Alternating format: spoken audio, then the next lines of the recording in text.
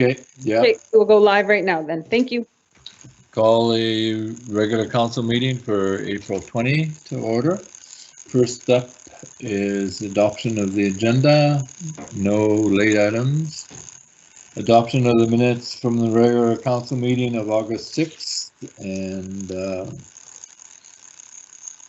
Councillor McKenzie and Councillor Gamble. Any errors or omissions? Hearing none, seeing none. Those in favor? Opposed, motion carries. No report from the mayor, no announcements, no delegations or petitions, no bylaws following public hearing. Public comment, can they phone in? Mr. Mayor? Okay. Councillor Scarrow, yeah. May I speak to the regional district notes?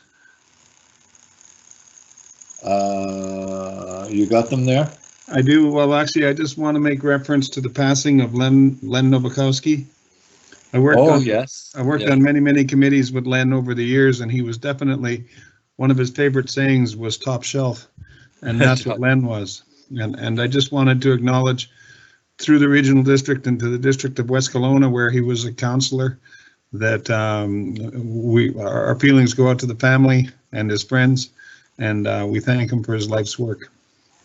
Thank you indeed. I worked with him on the regional board. He was really good director and did well as a West Kelowna councillor as well, and was sorry to see his passing. Thank you for that, Councillor Scarrow. You're welcome. Anybody else now for public comment? Thank you, Mr. Mayor. We have no one on the line at this time, so if anyone does call in, I will let you know. Okay, thank you. We'll move on though to temporary permit. Thank you, Your Worship. I'm just, let's hope for no more tech difficulties. I'm Yes. going to share my screen here and hope everything pans out good. Give me a sec. You have to introduce yourself. Paul Dupuis, Senior Planner with the District of Lake Country. All right. Can everyone, hold on, I believe I have to reverse this. Can you see my presentation? Yep. Yes, you can. I can anyway. Perfect. Thank you, Your Worship. The file number this evening is TP 2019-002. That's for 11345 Woodsdale Court. The zoning for the property is RM2, low density row housing, and the OCP has a future land use designation of high density residential.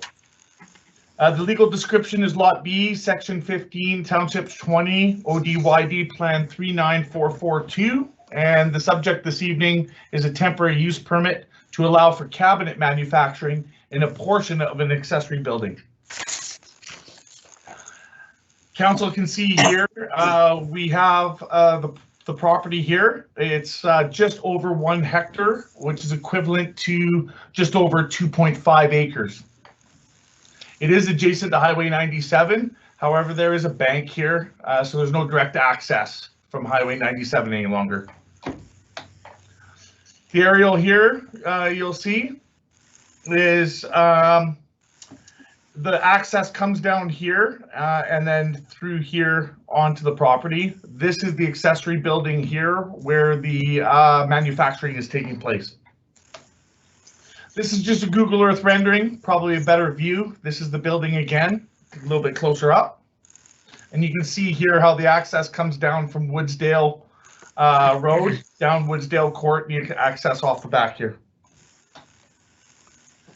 This is just showing the official community plan, future land use designation, which is high density as noted, and the zoning RM2. This is the site plan proposed by the applicant. Within the history, it's noted that a DVP was granted by council previously to increase the size of an accessory building from 90 meters squared to 146 meters squared, as well as a slight bump up in the height of the building from 4.5 meters to 5 meters. This permit does restrict the use to the 90 meters squared, but that additional space there is to make sure that there's no external look to the neighborhood in relation to storage of materials and the like. This is just a site photo showing the property.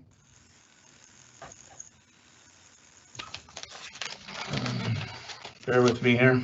So the applicant,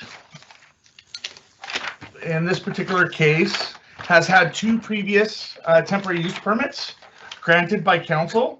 So the first one, TP 2013-006, was received by the district in August 15th of 2013. And council did approve that of November of that year. It was subsequently, as noted, there was a development variance permit also in 2013 to expand the building, as noted. And then the temporary use permit was renewed in 2017 to continue for another 3 years. And of course, now you can only have 1 temporary use with 1 renewal, and then you have to apply again. So the applicant is doing that currently. So some key points in relation to the temporary use permit. The permit is essentially the same as the original permits previous. So the hours of operation are Monday to Friday, 8 a.m. to 6 p.m. We've received no formal complaints in relation to the business since the original temporary permit was issued. So, you know, they've been friendly neighbors, if you can put it that way.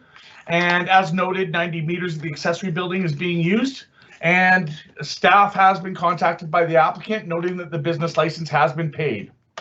For that reason, your worship, option A is that the temporary use permit for the subject property to operate a custom indoor manufacturing business be approved, and staff has removed the secondary portion of that recommendation relating to the payment of the business license. And option B is that the temporary use permit be denied.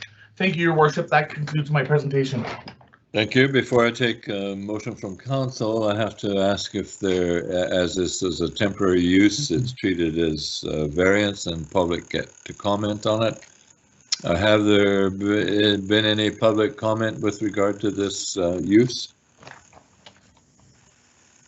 Mr. Mayor, we have no one on the line, and I don't believe any correspondence has been received for this item.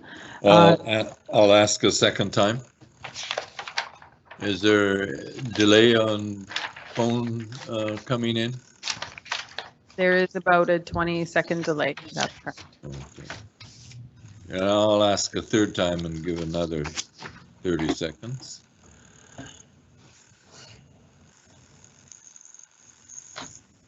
Hearing none, I need a motion. I will move that the application option A be approved.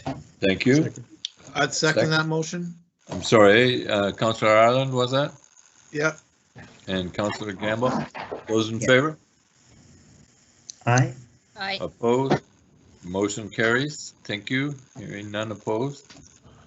We'll move on to the next item, which is development variance permit. Great, I'm just going to load up my presentation.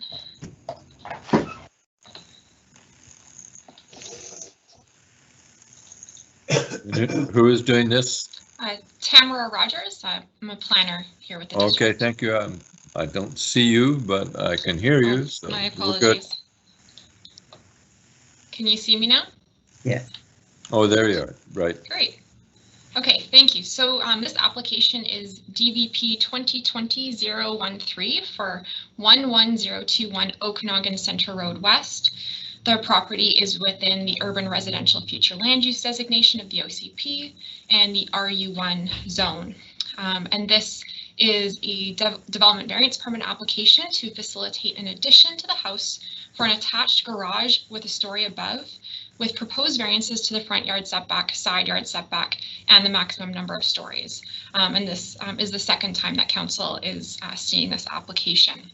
And I just wanted to note for council that the applicant and the property owners are available this evening if council does have any questions for them.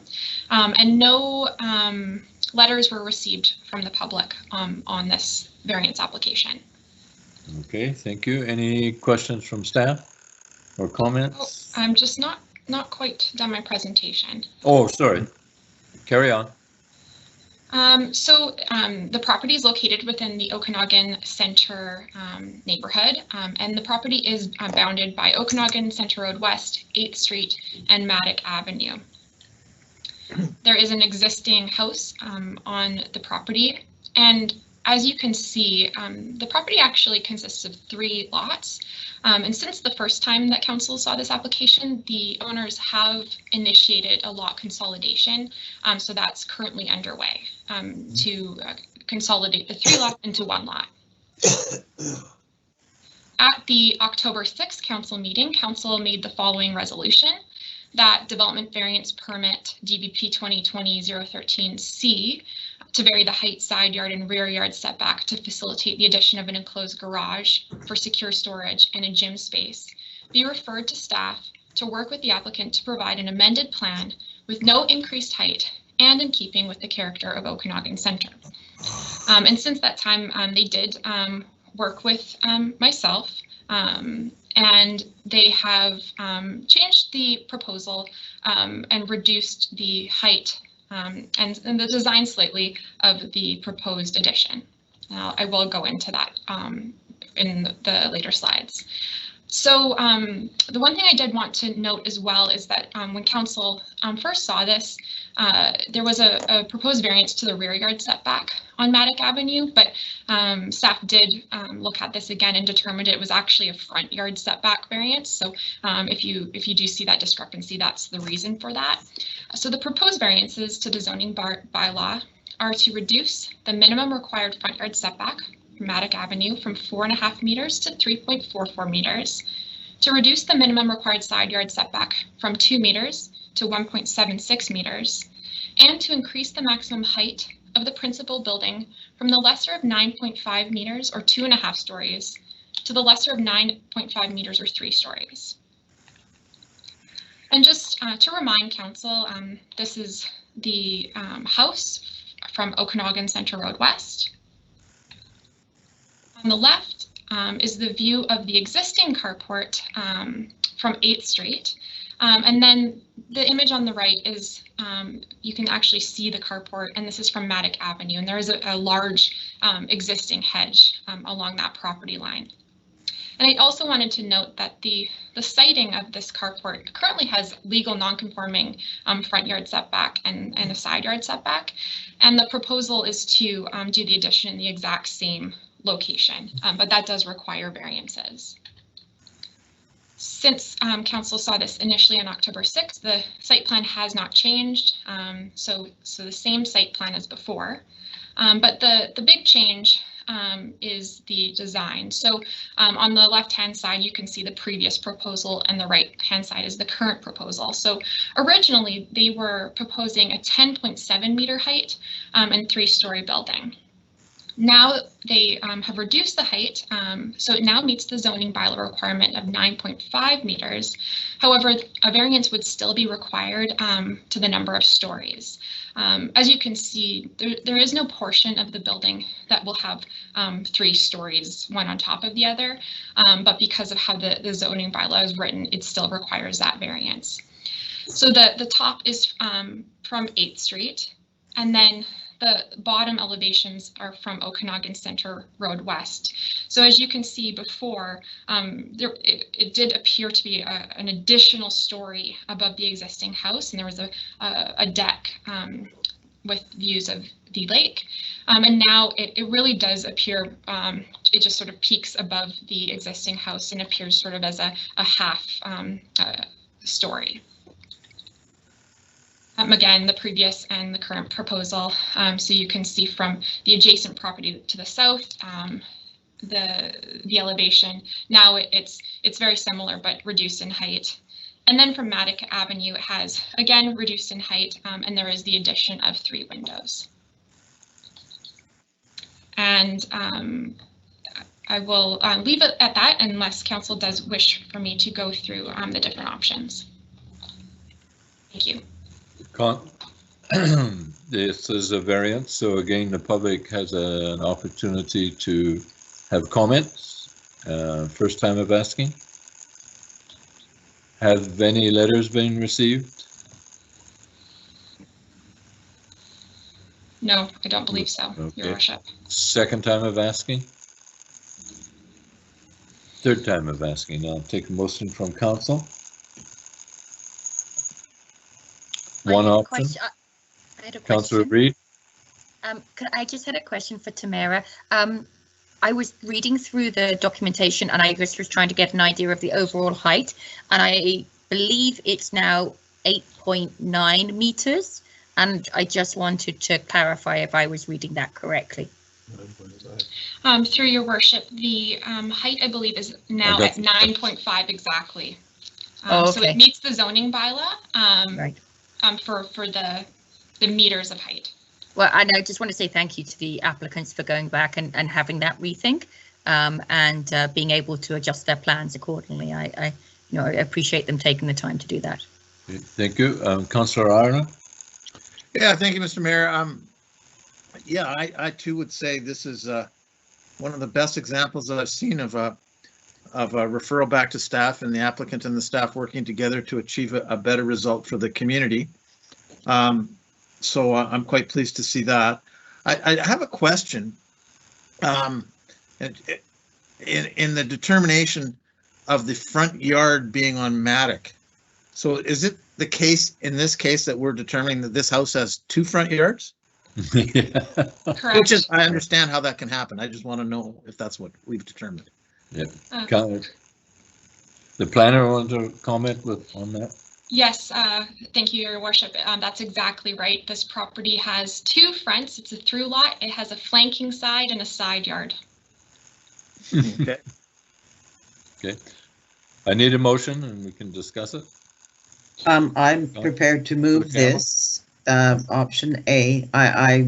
Because the variances are non-conforming, but uses that were grandfathered or legalized in the past, I think that it's a reasonable thing, and they have met the height requirements of the bylaw, which, as we've heard, we're pretty happy with. Thank you. I need a second. I second. Councillor Kozub, you're seconding? Yes. Councillor Kozub? Yep, seconding. Okay. Any further discussion? I got to say too Those that in favor? I got to say as well too that I really liked the report. It was a lot clearer than a few of the other reports that we've got. It was great to see, and with the examples and stuff like that, I really enjoyed that. Thank you. Yeah. It Excellent was a report. very good report. Agreed. Thank you, Tamara. Yes. Those in favor? Aye. Opposed? Motion carries. Thank you. Okay, I'm just going to load the next presentation.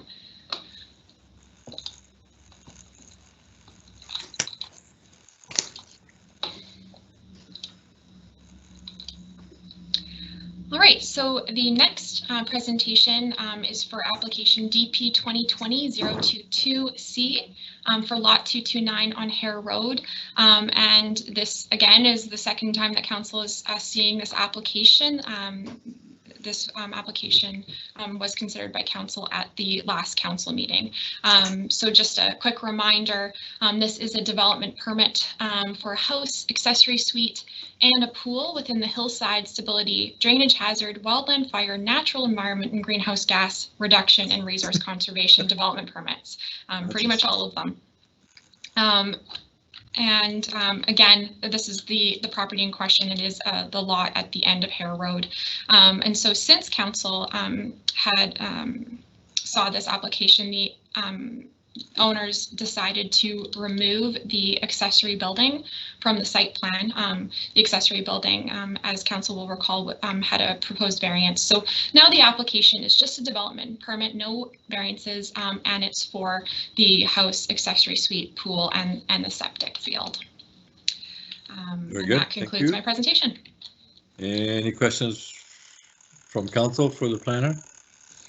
Hearing none, I need a motion. Councillor McKenzie and Councillor Ireland. Further discussion? Those in favor? Opposed? Motion carries. Thank you very much. Again, good job planning.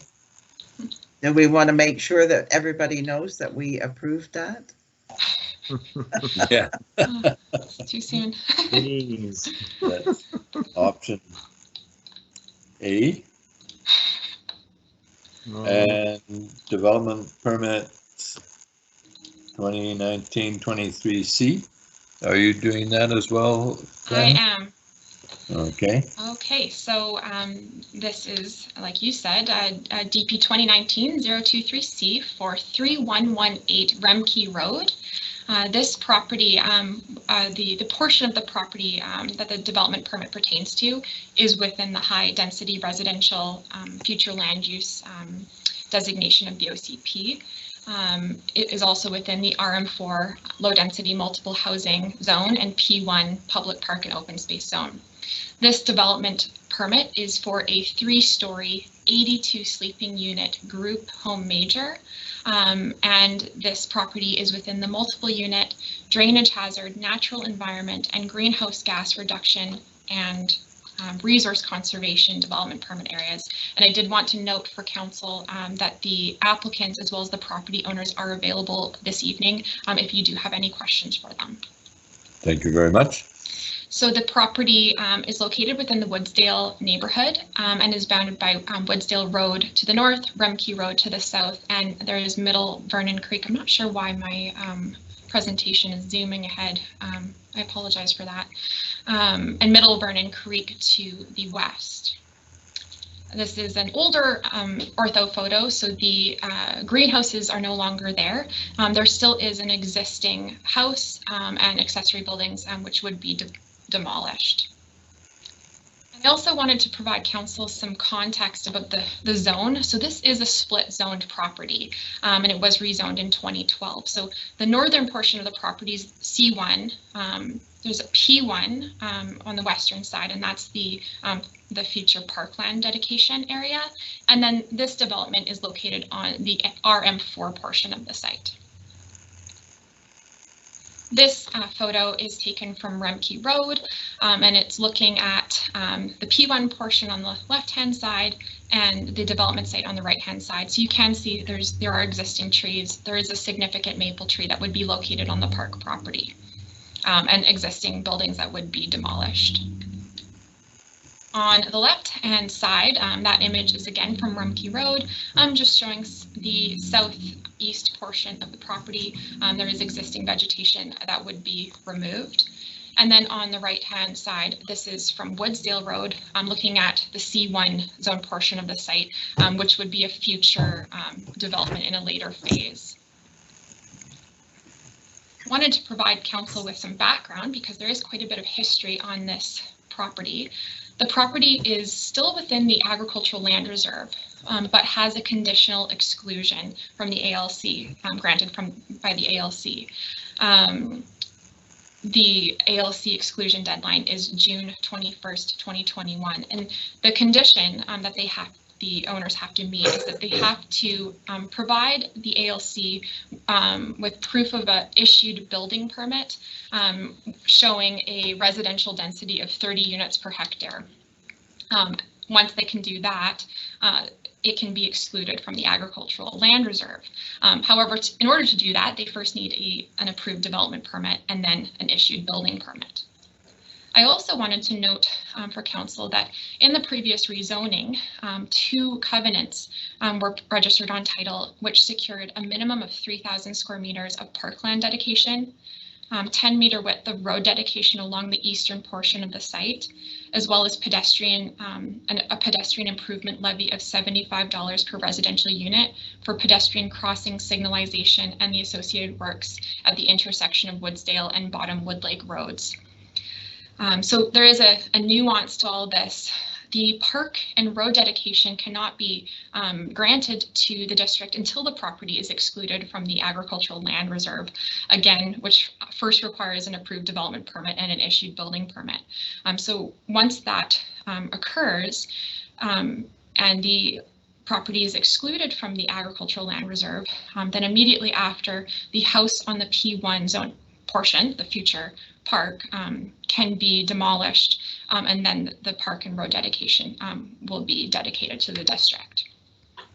I also wanted to discuss the road dedication. So since the rezoning in 2012, a road connection has actually already been secured at 3041 Woodsdale Road. It's currently under construction. That's a property to the west that's currently having preloading work done. So because we don't need another road connection, it was suggested by park staff that it would be better to secure 6 meters width of road dedication on the west side of the property for a trail, which would create a more functional site design and would offer the following benefits. So it would provide a pedestrian connection to the new neighborhood park from Rumpke and Woodsdale roads. It would integrate with the park.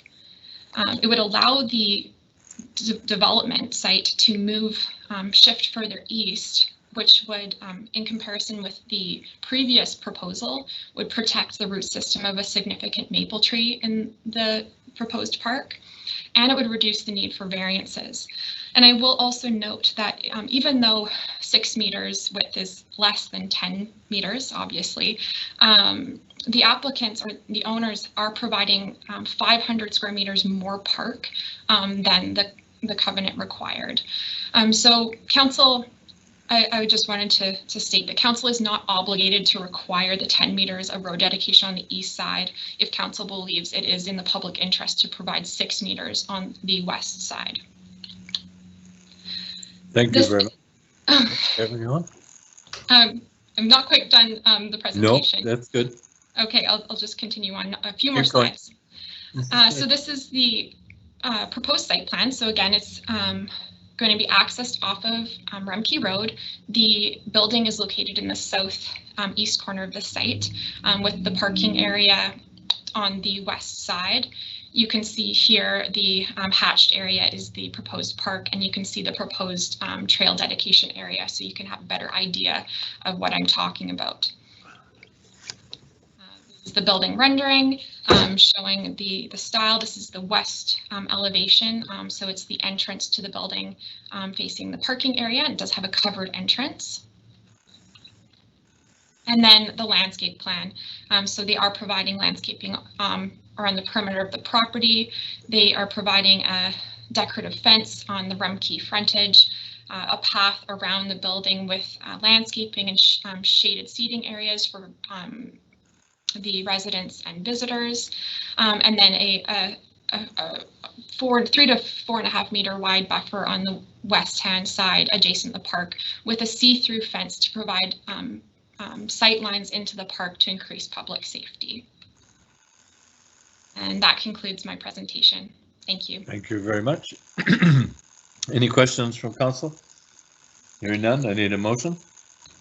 I have a question. Okay, Councillor McKenzie and Councillor Reid. With this development, I'm just curious why we're not accessing it from Woodsdale Road. And to me, it just seems to make way more sense than going the back road and creating some problems for the residents back there. So I'm just curious why we're doing that, and if this is possible to change that. More try. No. Go ahead. Through your worship, this may be a good question for the applicants, why they chose that. I will note that the rest of the site does have future development potential, so I'll let the applicant speak to that. Okay, applicant available. Hi, good evening, Your Worship and Council. My name's Jesse Alexander with Newtown Architecture and Engineering in Kelowna. We're the applicants on record for this file. I just wanted to speak to that a little bit. Part of the reason why we're accessing off Rumpke is because all the land that fronts on Woodsdale Road is actually a different zone. It's zone C1, which is more geared for commercial. And in our minds, for a good plan, we were trying to separate the entrance between residential and commercial. There will likely be an entrance for commercial in Woodsdale in the future when that land comes on for development. I don't know when that'll be, but it will likely occur. The other part of it is related to the ALC exclusion. Their requirement was that we achieve a residential specific density of 30 units per hectare. So our goal was to develop the residential first, obviously, and make that work, which is the south portion of the site, which makes more sense to access off of Rumpke. And as part of the circulation comments and discussion with your internal staff, engineering did not seem to find any issue with our access off of Reinke. It's a seniors housing project. They are going to have a very low rate of car ownership. There will be some traffic through associated with maybe visitors and staff, but I would offer that it's much less traffic load than a conventional condo building. And we are actually providing a fairly significant road dedication as well along the Remke frontage and improving that to a greater standard as well, which includes curb gutter, all that usual stuff. Follow up, Councillor McKenzie? Yes, please.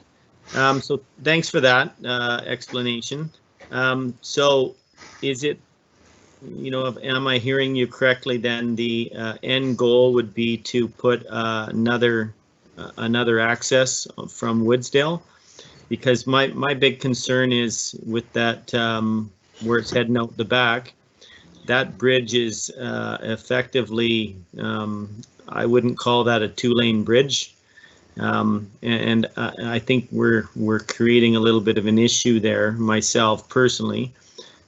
So it would be nice to know that eventually we can have an access to Woodsdale, which is intended for more traffic, and I would be a lot more comfortable knowing that's happening than what I see on paper here right now. Yeah, through your worship, I can confirm that would be our intent, is to have a separate entrance off of Woodsdale, and that in fact the only development that would be served through MK would be this one that's in front of you, which will probably be the lowest traffic impact one for the remainder of the site, being seniors housing. And so yes, that would be our goal. Okay, thank you. Councillor Reid? Sorry, Councillor McKenzie, carry on. Councillor McKenzie, I got you, Penny. Actually, I see that our engineer wants to talk to this one. Can we please hear what he has to say? Sure. Because this is a concern for me for sure. Okay. Who's up? Matthew?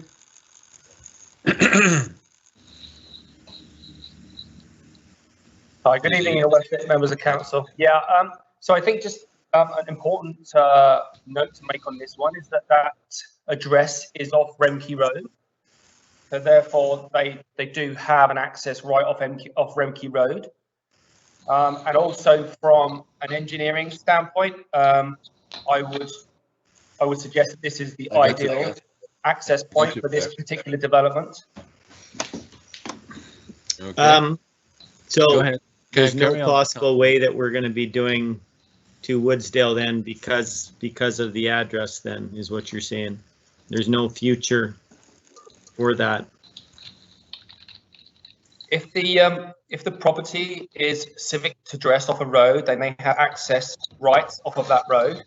So at that point, all we can control is how that access point functions and the design of the access point. So they have a right to access off Remke, and like I said, the nature of this development and how it operates, from an engineering standpoint, that is the desired access point, regardless of their rights anyway.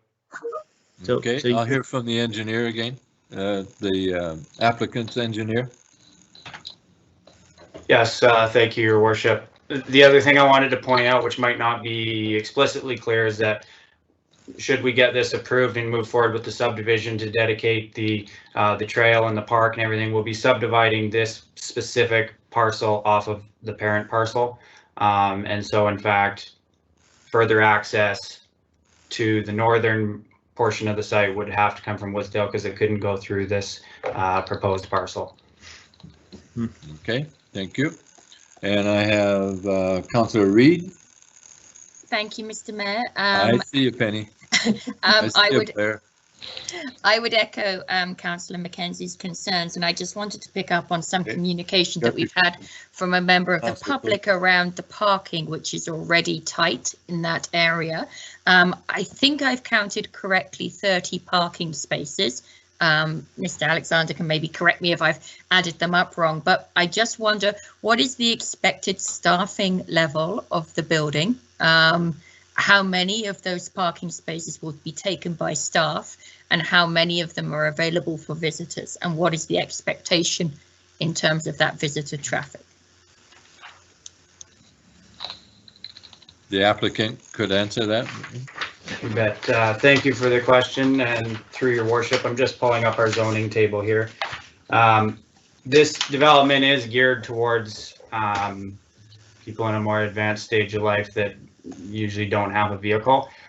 So those parking stalls that we've allocated are basically all allocated for visitor and staff.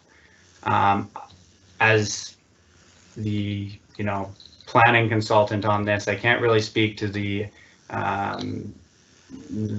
mechanics of it once it's a building and is operational. So I'm not entirely sure on staffing levels, but I know that through our discussions with the owner, they're more than confident that they can park everybody on site and not in fact on the street. And if the applicant I know is in a different room than me right now, in a different place in the world, but they might be able to speak to this better than I can. Okay. Are they on the line, Raina? I believe we do have them online. There are two other members online for this item, Mr. Singh and I'm sorry, I can't pronounce the other one, Brakani. Naeem, are you available? I can see them both joined the meeting, but neither seem to be. Well, I'll take some councillor comment. I had Councillor Gamble next. Yes, and one of the questions I had was regarding the parking spaces, but as far as the, just to comment on the access, it seems to me a sensible access to come off Remke Road.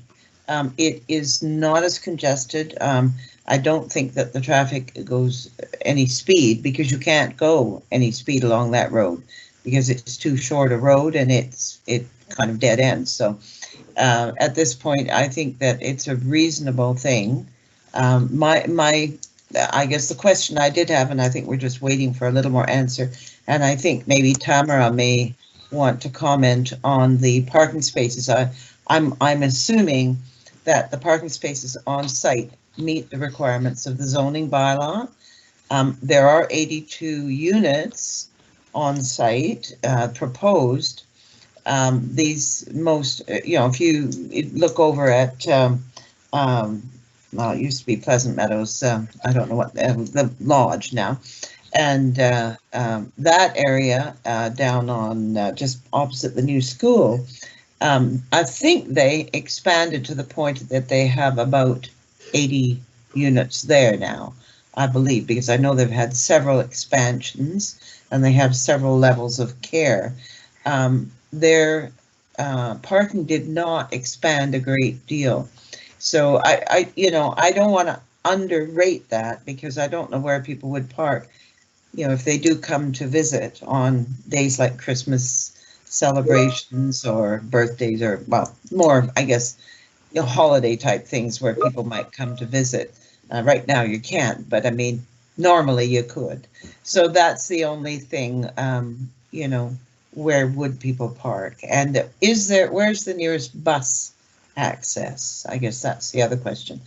Really isn't fair to ask the Jesse Alexander. Probably better to ask the staff that one. Thank you. I'm not too sure where that nearest bus. It's on Woodsdale Road. But yeah, Your Worship, if I may jump in, if you can't see me, it's Jamie McEwen. If you don't know my voice by now.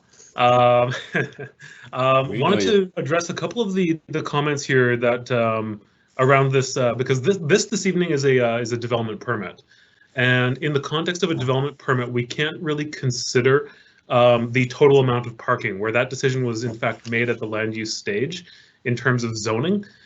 We could in fact look at layout, for example, which is where that has come into play with the proximity to the mature and valuable tree on site, for example, and its tree root system. It's worthwhile. I don't mean to diminish bringing it up because obviously it's a concern with many developments, right?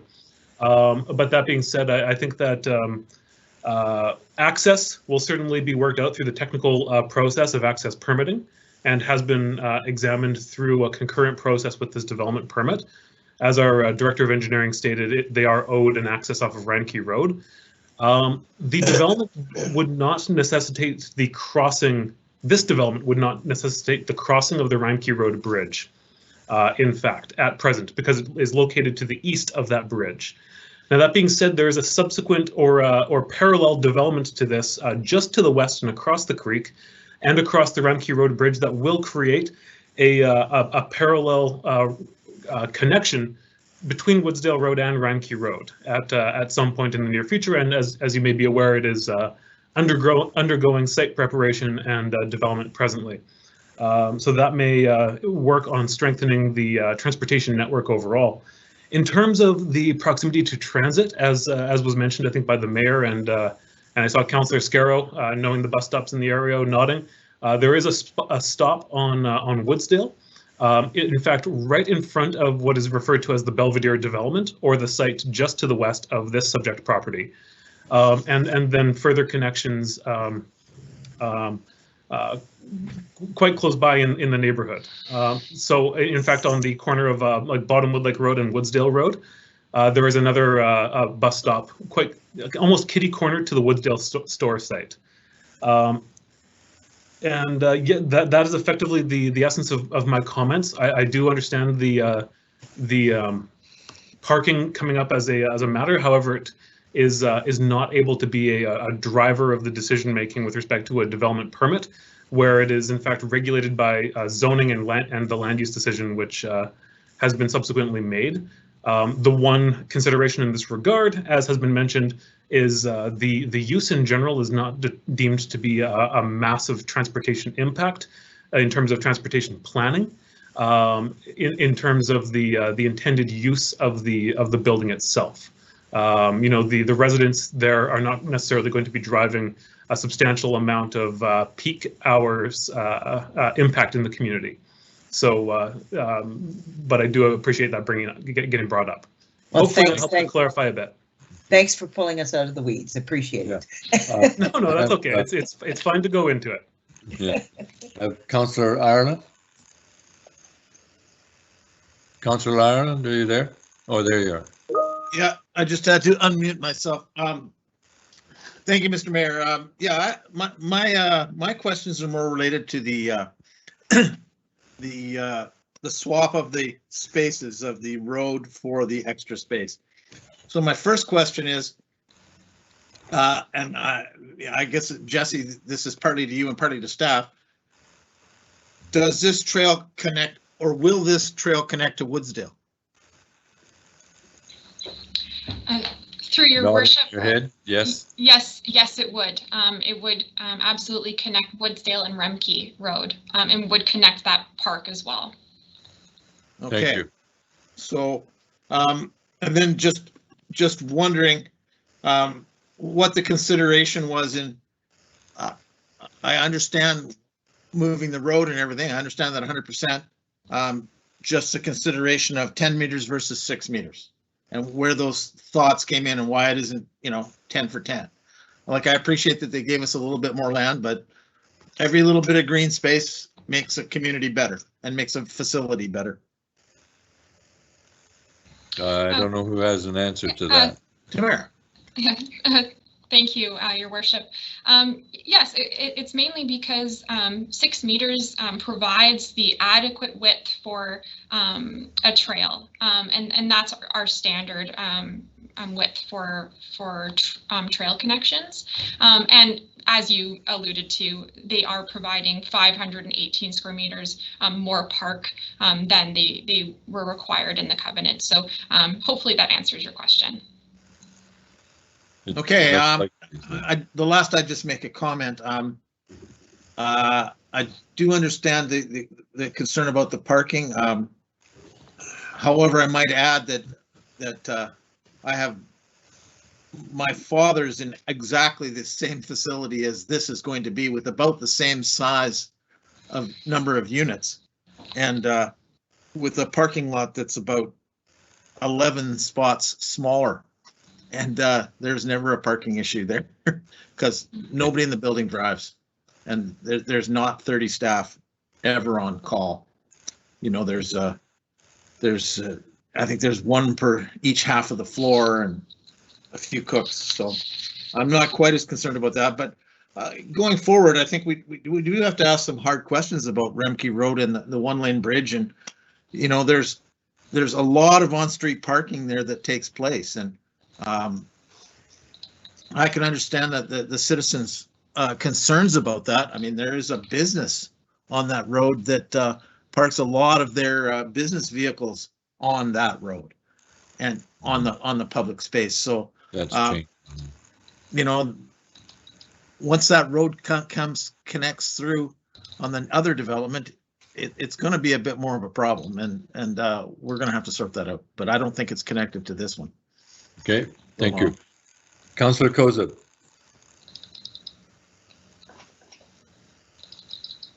Thank you, Mr. Mayor.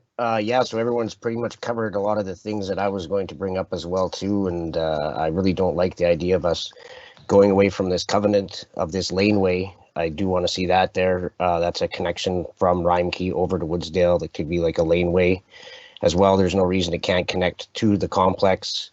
If the complex returned to 180 degrees, and then as it moves along, connect to the commercial. I don't see anything problem with that. As I look at it too, I see that we're supposed to get a parkland area dedicated as per the zoning polygon. And I don't know why a trail can't go in there. Is there some reason that a trail can't go there? Like they're giving us an extra 6 meters for a trail when it looks like we got about 12 meters to the creek type thing to put. So that's another thing. And as we've talked about the Rymke, I don't know where it was ever deemed that it was a 2-lane bridge, because it's the Rymke footpath, I'd like to deem it, but it's you like to go down there on a garbage day or when it snows and see what it's like. You'll be surprised. So I just wonder what it'll be like as a connection route through the other development. I don't think at all we can say that there's going to be a road going through the development and that's going to be a good connection spot at all, if you ask me. And then I think everything else was pretty much covered. Thank you. Thank you. Councillor Scarrow. Well, actually, I think Tamara had a response to. Could we let Tamara talk first? I'll speak after. Great, Who? thank you, Your Worship, the planner, Tamara. Oh, I'm sorry, I didn't see your hand. Yes, so I just wanted to respond to the one comment that Councillor Koza made. So the implication of not having the trail on the west side is that you won't have a connection to the neighborhood park from Rymke and Woodsdale. You would have the connection on the east side and it wouldn't be able to integrate with the park. So, you know, that's ultimately up to council to decide which is better. The other implication of having the 10-meter wide width is it would again shift the development west. It starts, the previous proposal had a site plan showing that exact layout. And what happens is that the parking area starts to impact the roots of the maple tree. So that it just ends up being perhaps not as functional a site design as with the 6 meters. So there's just a few you know, factors that you have to weigh, and I'll leave it at that. Thank you very much. I'll hear Councillor Koza. Can I respond? Can I respond, yes, please, James? Right, Mr. Baker. Sorry, yeah. Your Worship. We got too many hunting days that I fall into the old habit.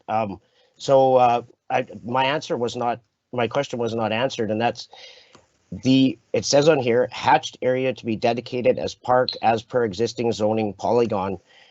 And it looks, if that trail that road trail dedication area, if that's 6 meters, it looks like that other area is like about 12 to 18 meters or something. And why could we not have a trail in the area that is the hatched area to be dedicated as park as per existing zoning polygon? Like, why can't we put the trail through that area? Too close to the creek.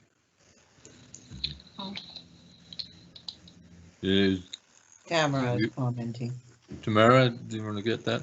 Yes, absolutely. Yeah, thank you, Your Worship, and you know, Jamie or Matt, please step in if you'd like to add anything. But you absolutely could put the trail in the park dedication. It's just the you wouldn't have the full connection necessarily to Woodsdale Road. Because the dedication right now actually will run the full length of the property up to Woodsdale Road, whereas the park actually doesn't go all the way to Woodsdale Road. It's only about half of the site. So you'd be losing a pedestrian connection to the neighborhood park from Woodsdale.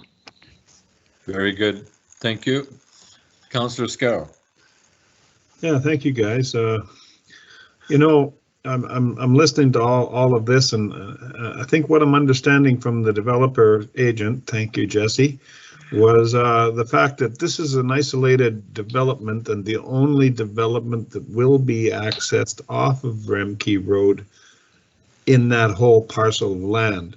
The rest of the parcel of the land will be accessed off Woodsdale Road, which alleviates, as Councillor Ireland has pointed out, many of our parking concerns, in my opinion.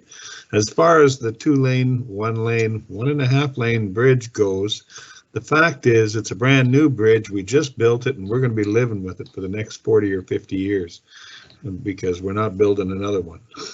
So I'm very happy with this development. I do not agree with Councillor Kozub. I honestly agree that the land swap or the dedication swap, so to speak, is for the benefit of the district at large and makes the park work just a great deal better. There could be a trail in the existing hash land, but I'm pretty sure that part of that trail would come within the riparian setbacks, and we would have some more issues along the way with the environment ministry and stuff like that. So I kind of like the proposal the way it is, and I got you, Carol. After listening to all the stuff that we've heard tonight, I haven't heard anything that takes me off my mark. Blair. Okay, thank you very much. I got Councillor Reid and Councillor Ireland, and then let's come to a decision here. Councillor Reid. Thank you, Mr. Mayor. I would echo Councillor Scarrow's comments. I think this is a lovely development to have in the neighbourhood. I mean, so many times our seniors are leaving the community to go and find, you know, long-term care in Kelowna and Vernon, and that means leaving their friends, relatives, and this is in a lovely part of the neighbourhood, and allows people to be close to family and to those friends. So I think that's a great point in its favour. I'm just going to ask if maybe Mr. Alexander or the applicants can speak to one tiny point on the development permit, which is when they said, are waste bins, recycling and mechanical services hidden from public view? The answer was no. And I'm just thinking, well, you know, we've got such a lovely development here that the thought of it having its garbage bins in public view seems kind of counterintuitive to all the other work that's been done. So I'm just wondering, again, coming from the point of view of having to look at this development from the opposite side of the road as a neighbour, maybe they could speak to that and see whether that was just maybe the wrong box was ticked or something like that. Can be screened, yeah. Thank you, Councillor Reid, through your worship. I think you might be on the right track that was the wrong box to tick, and it might have been based on a previous site plan as well. If you can see in your council report, the waste and recycling bins are near the north end of the development, kind of the top right-hand corner of the parking lot. They show up as two little circles. Oh, okay. They're quite a ways from the public realm, about as far as you can get on the site, in fact. And they are what we call Moloch Bins. I'm not sure if you're familiar with them, but they're partially they're a partially in-ground system, actually. So they only sit maybe 3 or 4 feet above grade. And the rest is actually a canister that sits in the ground, which actually keeps the waste cool, reduces smell, and they look a heck of a lot better than a rollout bin. So we've been using them on most of our developments around the Okanagan here, and they work quite well. Thank you for the clarification. Good question. Thank you. Councillor Ireland. Yeah, thank you, Mr. Mayor. I have to agree with my the previous speakers, Councillor Reid and Councillor Scarrow. I think that this revised plan gets us more park, it gets us more green space. One thing keep that the trees. Yeah, it saves trees, sure, all of those things. What we don't want to be doing is building more roads if we don't have to. We don't need to promote the use of cars any further. This development does not require the use of cars. You know, I'll reiterate about the care home that my father's in, which is identical to this. It's identical in the fact that the road that it's on is as narrow as Ramkey Road. It's a tiny little back road, but it overlooks a really nice little park, and my dad spends his time looking out the window at the birds and all those little things. So to gain more park, it's better for the community. I love the fact that it's connected to Woodsdale in a walking way and not a car way. And yeah, and in fact, I'm prepared to move option A. Thank you. I need a seconder. Councillor Scarrow, second. Those in favor? Opposed? Was that an opposed from Kozub and McKenzie? Yeah? No. No? Okay. I was not opposed. Motion carries and we're good to go. Thank you very much. Good job, planner. Thank you. Good job, council. Good questions. Let's carry on. Mr. Mayor, can you clarify the opposition to that last one? Was Councillor Kozub opposed? Oh, I wasn't sure if he came in later. Kozub, you were opposed? I'm opposed. You're opposed? Yeah. Okay. Motion carries anyway. Next one up. Zoning amendment. Yama Lake Road.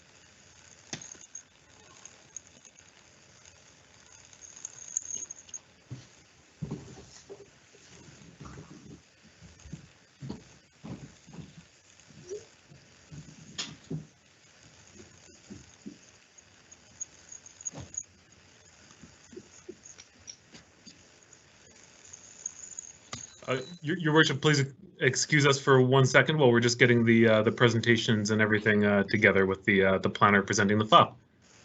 All right. Councillor McKenzie was going to sing a song for us while we're waiting. You might hear me say a little bit on this one. Hello, Your Worship. Just loading this up and switching it over here. So for council this evening, it's zoning application Z 2020-002. This is for a large number of parcels in the area, so it's various properties, a total of 9 lots. The zoning in the area is RLPO, Rural Large Parcel Yama. The official community plan future land use designation for the area is rural, which fits with the zone. And the subject this evening is a zoning amendment to remove the subdivision maps from the RLPO Rural Large Parcel Yama Road Zone. This is a generalized location. There's a number of different properties. I do have a zoning map that'll be a little bit more clear than this, but we are talking about an area that is east of the community in Oyama and fronts Crown land. The total area is 226.3 hectares. For the 9 properties. Presentation, Paul. Do we have a presentation on this as PowerPoint? Can you not see the PowerPoint? No. Okay, give me a second. Sorry. No, that's fantastic. We're very used to technical difficulties tonight, Paul. Don't worry. Can you see my screen now? Yes. Yes. Okay. Maybe. We can see the screen, but not the PowerPoint yet. I'm working on that. Okay. And how are we doing now? Yeah, that's got it. Yeah, there you go. There we go. We're in business? Okay, that's Yep. great.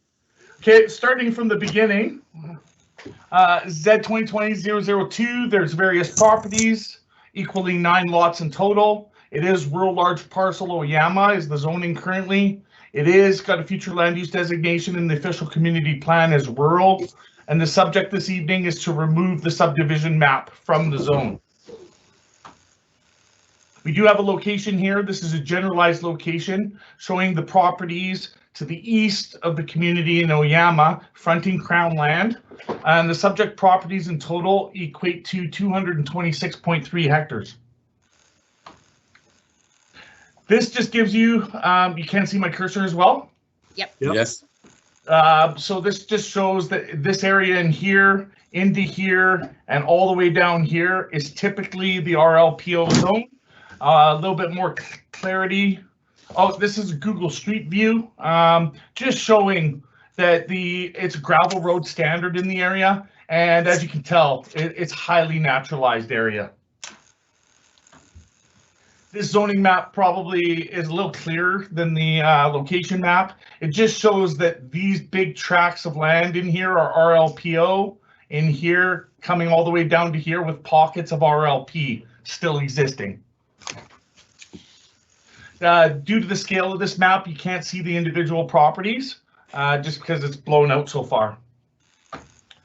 This does a much better job. This is map 13.1 as found within the bylaw. As you can see here, as part of the Z 2010-004 file that was adopted by council in 2011, this map was added into that because council had some concerns with the density in the area at that time. So as a way of restricting that density, the map was included. It is not necessarily a best planning practice to restrict density in this way, and no other zone has a control measure within it such as this. Additionally, in some cases, it may be considered to fetter the decision ability of the approving officer, which is a statutory position in British Columbia. Typically, density is dealt with through minimum lot requirements as a best practice.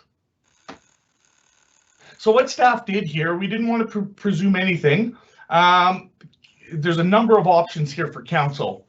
A lot of the referrals, maybe I should rewind a little bit. My apologies. We did receive some correspondence this morning from the applicant or the representation for the applicant. The applicant is available to speak, but due to the fact that it's prior to a public hearing, that would require a resolution of council. So they are on the line.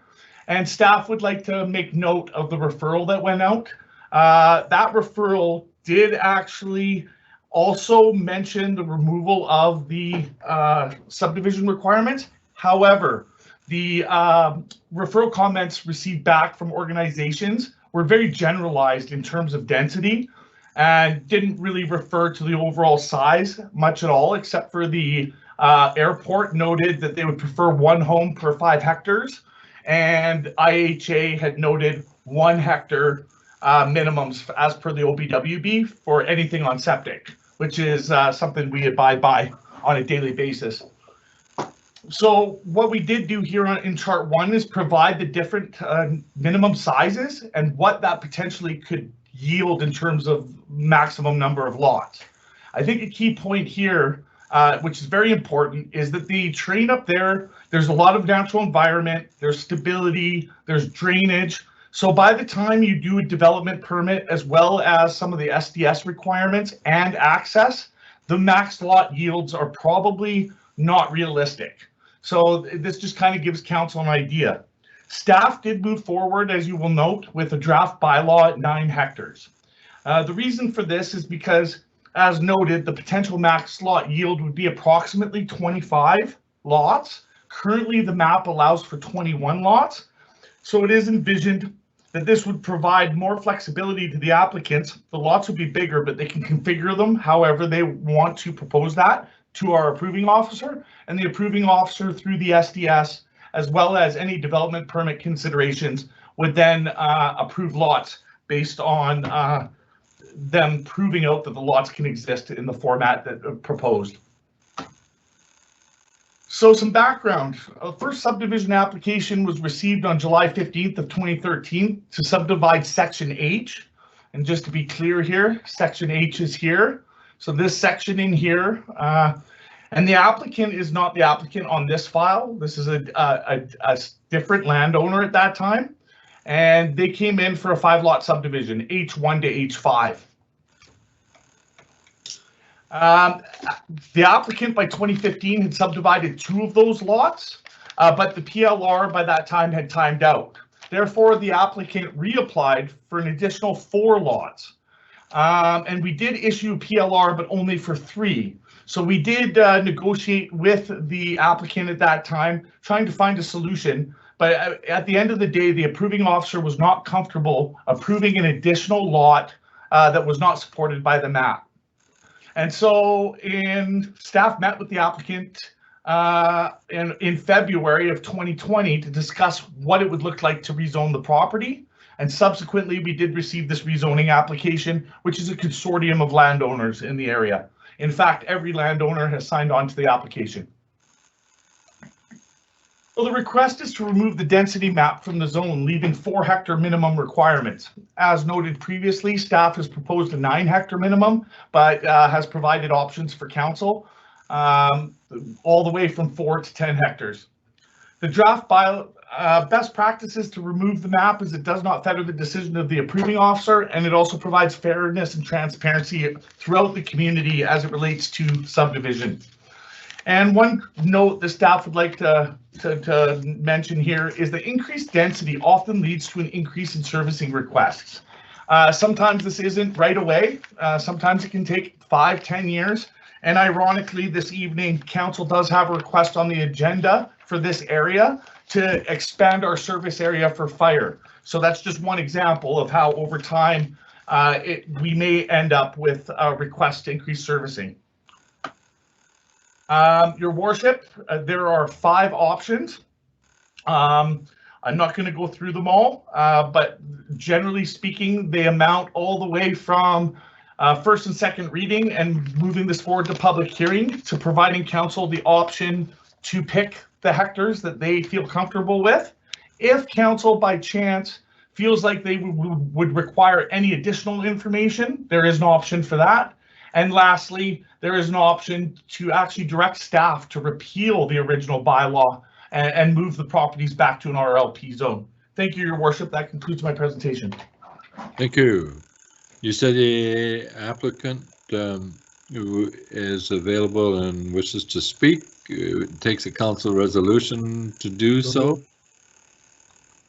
Absolutely, Your Worship. And that's because you would be taking public information prior to a public hearing. Okay. Is the applicant available? Seconded. I can't see the screen. Is anybody? We moving to hear from the applicant, or say A or nay, or anybody? Well, I'll move to hear from the applicant, and I think Councillor Ireland seconded it, if the applicant's available. Good.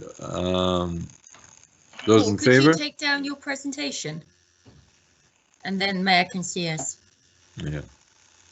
Those in favor? Aye. Aye. Any nays? Okay, we'll hear from the applicant. I don't know, Reina, is the applicant available? Yes, I believe the Madsons are online. I have someone in as a guest. You can go ahead and unmute. Okay, can you take down your report? Absolutely. Thanks. Okay, I can see council now. Good. We're hearing from the applicant. I am here. Thank you, Your Worship and Council, for having us join this part of the process. I'm not quite sure what you are wanting to hear from me at this point. Does somebody have questions? To clarify the referrals with regard to the density that you see happening if the map is removed or not removed?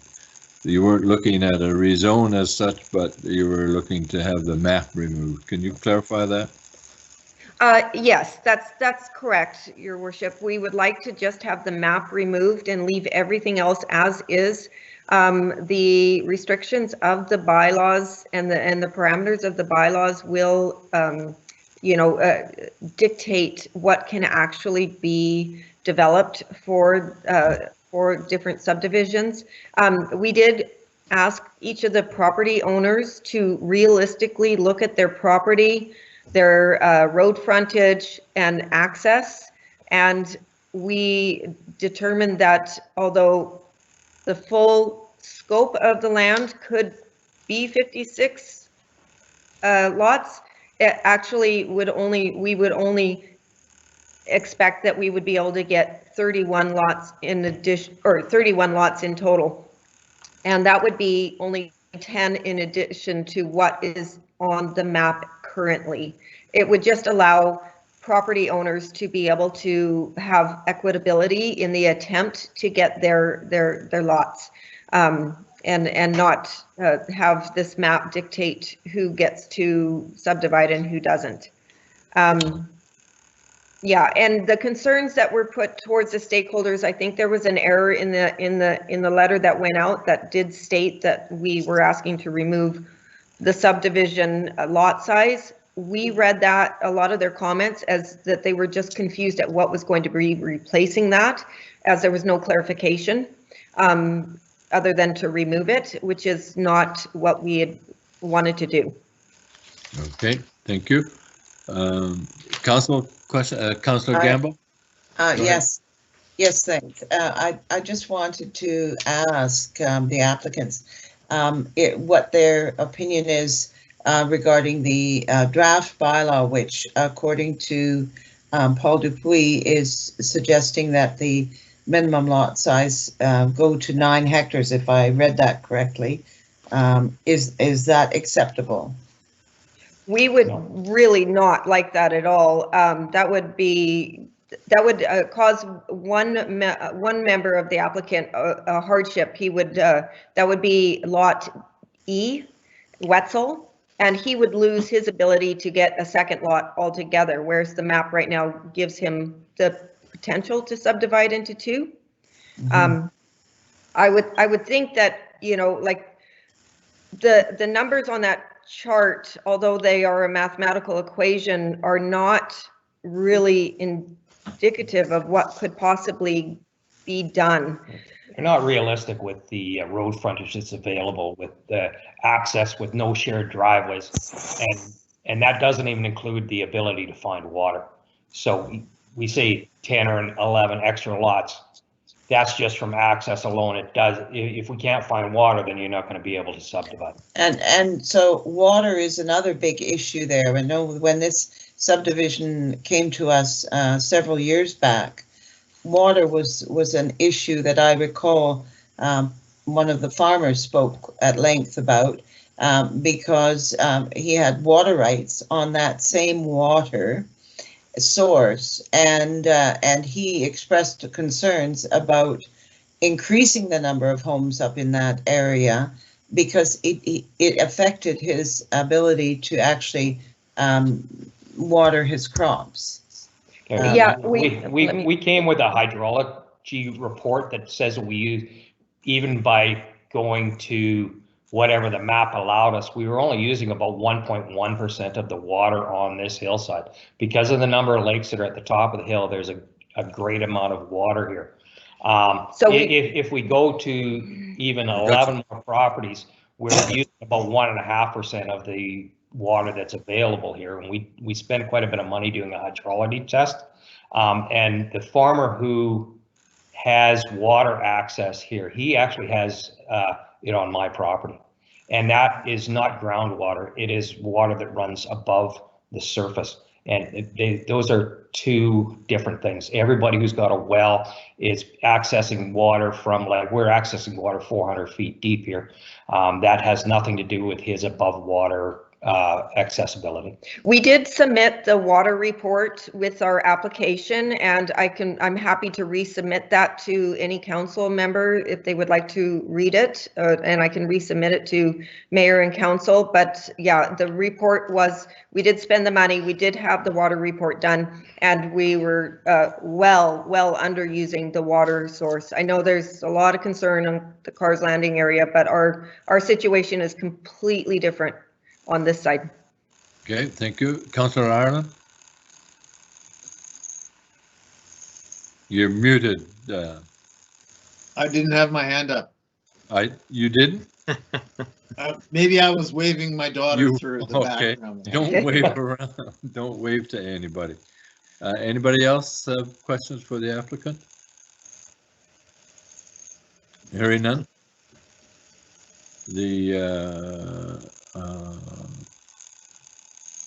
No. All right. So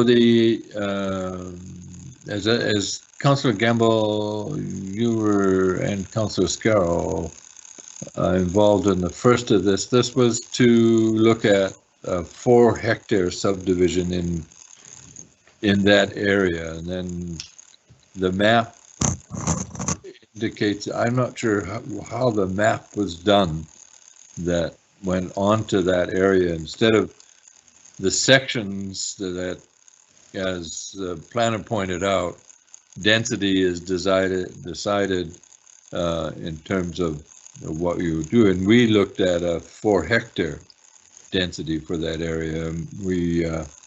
And I'm not sure that I'm hearing that there wouldn't be a reduction in that density in that area under the map or not. I'm not sure.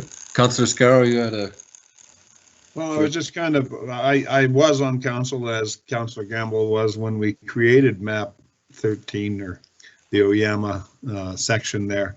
The reason we created that map was our concern for too much development occurring in a place that is poorly serviced by the district, with water, with sewer, with all of the other services like roads and sidewalks. And our main concern, as Councillor Gamble brought up, was the availability of water. Now, the Madsons have told me there's lots and lots of water under there, and they go 400 feet deep to get it. But I know that water runs very differently in the spring and in the fall, and through the freshet and stuff in that. So a lot of it depends on whenever the flow is tested. I'm having a hard time considering the District of Lake Country as a whole and understanding the benefit to the district for any development to occur up there. I believe that it's against our OCP general policies.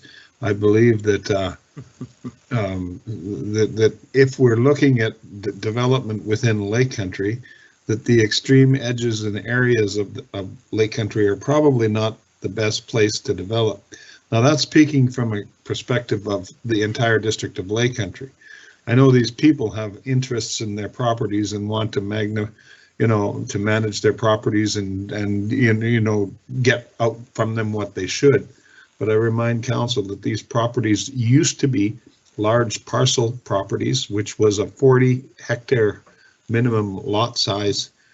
The reason we created that map was to give those property owners some opportunity to make a subdivision or two. And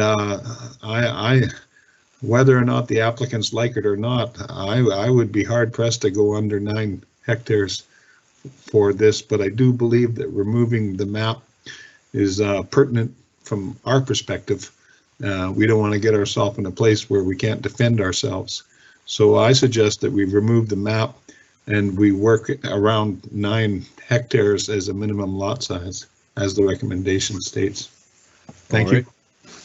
Councillor McKenzie. Thank you, Mr. Mayor.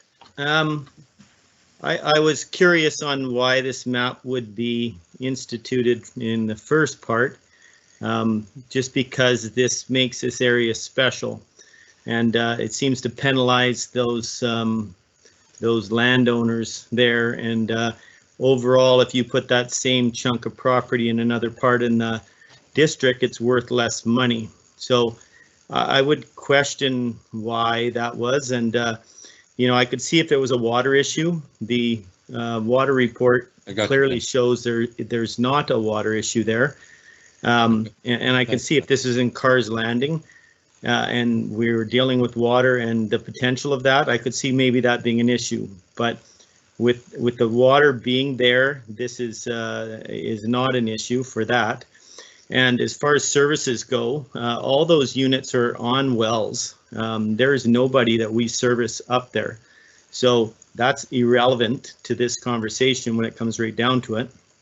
As far as services go, the only service that we do is plow that road. Like we truly do not even provide fire service to the end of that road at current. So I know we're talking about that later, but we do not provide services. So as far as what we're talking about here, I think a lot of that's kind of irrelevant. So I'm personally in support of removing this map. Like I say, I don't even know why it ended up there in the first place. These people buy up in this area because they want to live in more rural settings. And, you know, I can guarantee you that they're not going to be splitting up into little small subdivisions because they can't.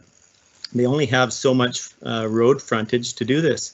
So you might get another 10 or 11 lots if everybody developed everything there, which is not going to happen. We know that. So, you know, I don't know whether, you know, there's a big disadvantage for us to do this, and I'm in support of it. Going to a public hearing and hearing if the locals have anything. But everything I've heard so far out in my neck of the woods is all in support. So, you know, I have to represent my community, and they're in support of it at this point. Okay, thank you, Councillor Gamble. Thank you, Mr. Mayor. And but I'm sorry that I do agree with Councillor Scarrow very clearly on this issue. I think that this was a much larger zoned area before. It is outside the urban containment boundary, and I think the reason that map was developed was to provide some flexibility for the people that owned lots there in order to provide a bit of equity, to provide some subdivision opportunities. So that's the reason that strange map occurred, because again, a number of landowners came together and made the application. So, you know, it is a strange way of dealing with it, and, you know, maybe it would have been better to just say no, 9 hectares or 10 hectares minimum lot size.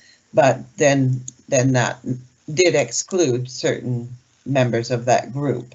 So that's why the map was developed.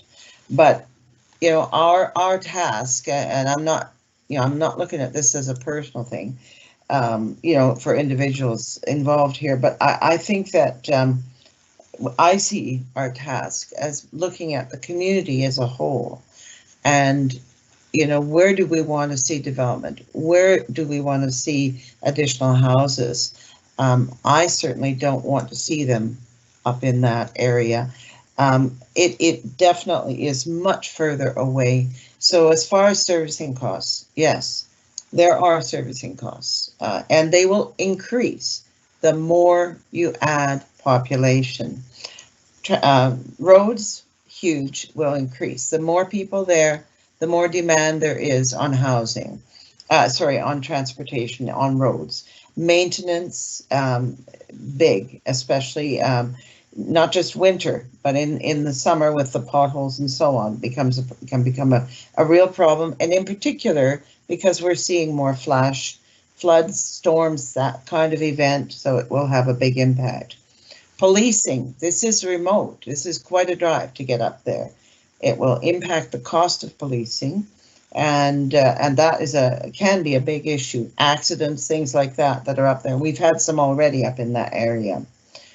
Bus service, well, you know, we're probably not going to have it, but what about the school bus? And of course, wildfire impacts. The more homes up in that area, the more potential for human interaction, the more potential for wildfire. So those are just a few things that come to my mind as to why it is not a good idea. Okay, thank you. I'll take Councillor Reid and Councillor Ireland and get back to Councillor McKenzie. Thank you, Mr. Mayor. I would agree with Councillor McKenzie on this one. I hear what the councillors are saying, and when I look at the original zoning, it seems to me there are three parts to it. There is the 4 hectare minimum, there is the map, and then there is the density of 21 lots. And I don't think it's as simple as taking away the map, because you are still trying to find a solution there that addresses that density question. And I think it's an important one. However, as staff have pointed out in their report, that the map doesn't follow best practice. And as Councillor Gamble had mentioned, the intent was to provide equity. And I think that's an important point, because when I look at the map allocation, map designation B, which is 22 hectares, has 2 units that it can subdivide into. Map designation H, which is 20 hectares, has 5. So I would question whether the intent that council had at the time, which was to provide an equitable solution to all lot owners, has actually been delivered by the way the map was put together, because if there isn't that equity as I see it, and I think we need to look to a solution that does give equity but equally addresses the concern that council had at the time, and I think it's still a very valid concern for today's council around densification.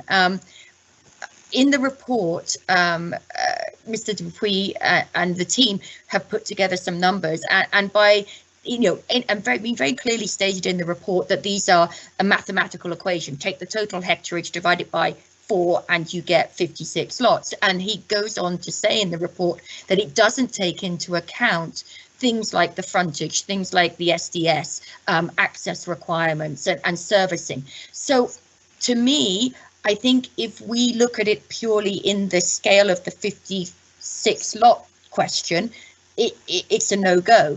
However, that's not the situation on the ground. So maybe there is some more work to do, and I don't know whether staff feel that this is appropriate at this stage, but if we were to suggest that this goes to public hearing, then I think we need to look again at that mathematical equation and say, what does it actually mean on the ground if we had 4 hectares, 5 hectares, 6 hectares, or 9 hectares, and maybe we need to narrow that down so that it's not overwhelming. But I think there's a big difference between putting the number in and dividing it, as Mr. Dupuy said in the report, actually looking at it what's on the ground. And I think if we do go to public hearing, I think there's a little bit more work to do, because I would like to see whether that number that Mrs. Madsen and her team have come up with of 53, and I can see Paul's hand up, and he's going to come back to me on this. Of 31 is actually valid. Does that equate?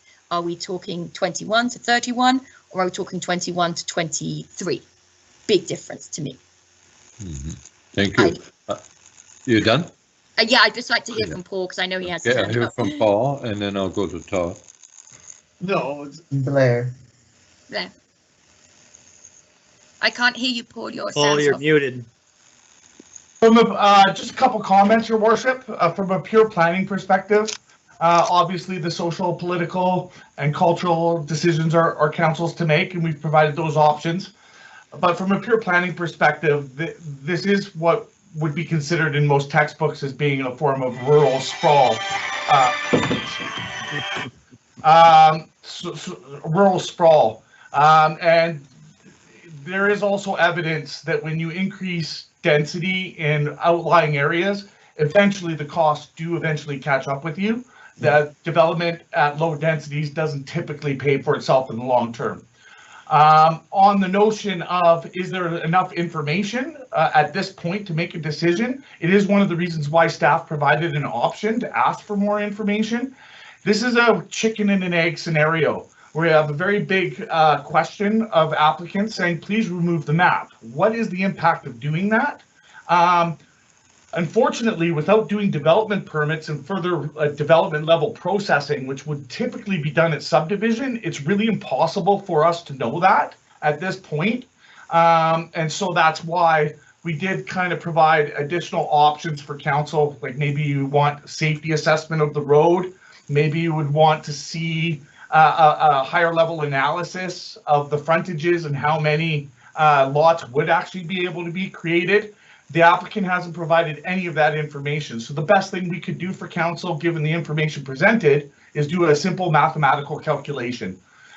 So council may wish to ask for additional information. Typically, that would have to be done prior to public hearing, because after public hearing, council cannot receive any new information. So that would be a decision for council to make if that's something that they wish to entertain. I see Jamie. Okay, we'll hear from Jamie. Yeah, thank you very much, Mr. Mayor and members of council. And just to build on what our senior planner has stated, one of the fine balances that we ride in a situation like this is also not conducting a full design, which then puts us into the position of staff went away, we weren't happy with this map, and then we prepared another map. And then in a subsequent technical exercise, whether that was a full legal survey or development permit analysis, we uncover new technical information that then changes it fundamentally. So we can certainly go in and do some analysis in terms of a couple of scenarios, in terms of potential density with a higher level of detail for the public hearing. Looking into that, I just want to manage expectations that will also come with some limiting conditions and qualifying statements to guide the assumptions that we would be making, for example. But we can certainly provide a little bit more on that. And another thing that council may wish to ask for if they're looking for additional information is an impact on traffic in the area. Because that has been raised as a concern in the past. Myself as an approving officer on a previous application that our senior planner had referenced. That was one of the conditions that came up in the public interest, where we were not able to grant additional lots further than the potential highlighted density already. That being said, it's not like this is a major development on a highway intersection, but just a little bit further research may be pertinent to council if council did want to forward this on to a public hearing. And obviously, after a public hearing, as Paul had mentioned, we can't be bringing any new information back without holding a new public hearing subsequently. Hopefully that helps, just in terms of putting in the context. I just want to manage the expectations on if we go and present like a shadow plan, that it won't necessarily be the final product, and we definitely don't want to be acting as design agents. Okay, thank you. Councillor McKenzie. Cara, did you want to respond to that before I do? Yeah, I think, thank you, Councillor McKenzie. I would say that Jamie and Paul have hit it on the head in terms of what I feel I'm needing in terms of more detailed planning. I am certainly not suggesting that we have a carte blanche in terms of the amount of development up there. I think previous council has set an expectation around 20 lots. So there is an expectation that 20 lots can and will be serviced in that area. Sorry, 21 lots as put in the plan. But I would really like to see, as Mr. Dupuy and Director McEwen have suggested, maybe some more detail without necessarily making any commitments on certainly a 4-hectare lot, a 9-hectare lot, and for me, possibly a 5 in line with Kelowna Airport's thoughts, but and to have that available for the public hearing so we get that level of density. But obviously my fellow councillors may have different opinions. Okay, thank you. Councillor McKenzie. So I agree with Councillor Reid's comments for sure. When we look at this here, there's a big difference between 52 and 30, right? So it would be really nice to know, are we dealing with 30 some lots or are we dealing with 50 some lots? That's a huge difference, right? So you don't need to have an exact number. We don't need a 31 we need to have, you know, roughly what it is, right? And then you can make a more educated decision. So as far as I keep hearing the servicing thing over and over, we already have lots to that far end. You already have to plow the road. Again, we do not provide water, so you're not going to do any servicing with water. Electrical is not us, so we're not doing that. So I'm struggling to find this so-called servicing aspect that we keep talking about because it's not there. If anything, this thing would provide, if you can build some more houses up there, and if it's only 10, the chances are you might be able to provide our school with some more kids. Right now, we're taking kids from other school areas in Penny's neighborhood that are driving out to Oyama School just to keep the school open. So if we want to develop in the core center, you can basically kiss this Oyama School bye because it will go away. So you do need to provide some housing out here. This is big picture stuff. If you guys want to talk big picture, this is big picture. We need more kids in this area. Otherwise, we don't have a school. So that's a huge thing for me. And one thing we don't have, we keep having families want to move out here, but we don't have any place for them. So this is a great opportunity for that. There is very little cost to the district when it comes right down to it. This is a win-win for the whole district. This is not just a win-win for the Oyama area. Like I say, I have not heard anybody against this in my area. I'm the one that drives up that road consistently, and the traffic that you're seeing is going up to the Oyama Lake Lodge or farther up there. You know, in summer, that road is a major traffic. It's no different than Beaver Lake. So, you know, that's where the traffic comes from. So if you want to tax the people that are up camping, well, good luck finding a way to do that. You're not going to do that. If you add 10 more houses to that area, that road you're not going to see a noticeable difference. And even the locals there are actually taking care of the road. If you talk to some of the locals, you'll see that they're actually doing stuff like clearing out the ditches and taking care of the road so that sightlines are better, because that's what they do up there. And the fact is, one of the members there is trying to get into the volunteer firefighters for that exact reason. So you can again have a better way of controlling if there is a fire up there. But again, we weren't even servicing that before. So if you look at, you know, my family's background is big into forest fire stuff, and it is actually better if you put a few more houses up there and have people actually manage that ladder fuel and make it more parkland. Because if you go to the places that is around the houses up there, you will see that they are cleared out and they are better, so that if a fire comes along, you'll have somebody there to maybe try and prevent it, and it won't take off as quick. So I'm in support of it for the fireways as well. And the fact of the matter is, you'll have more people with water up there ready to go. So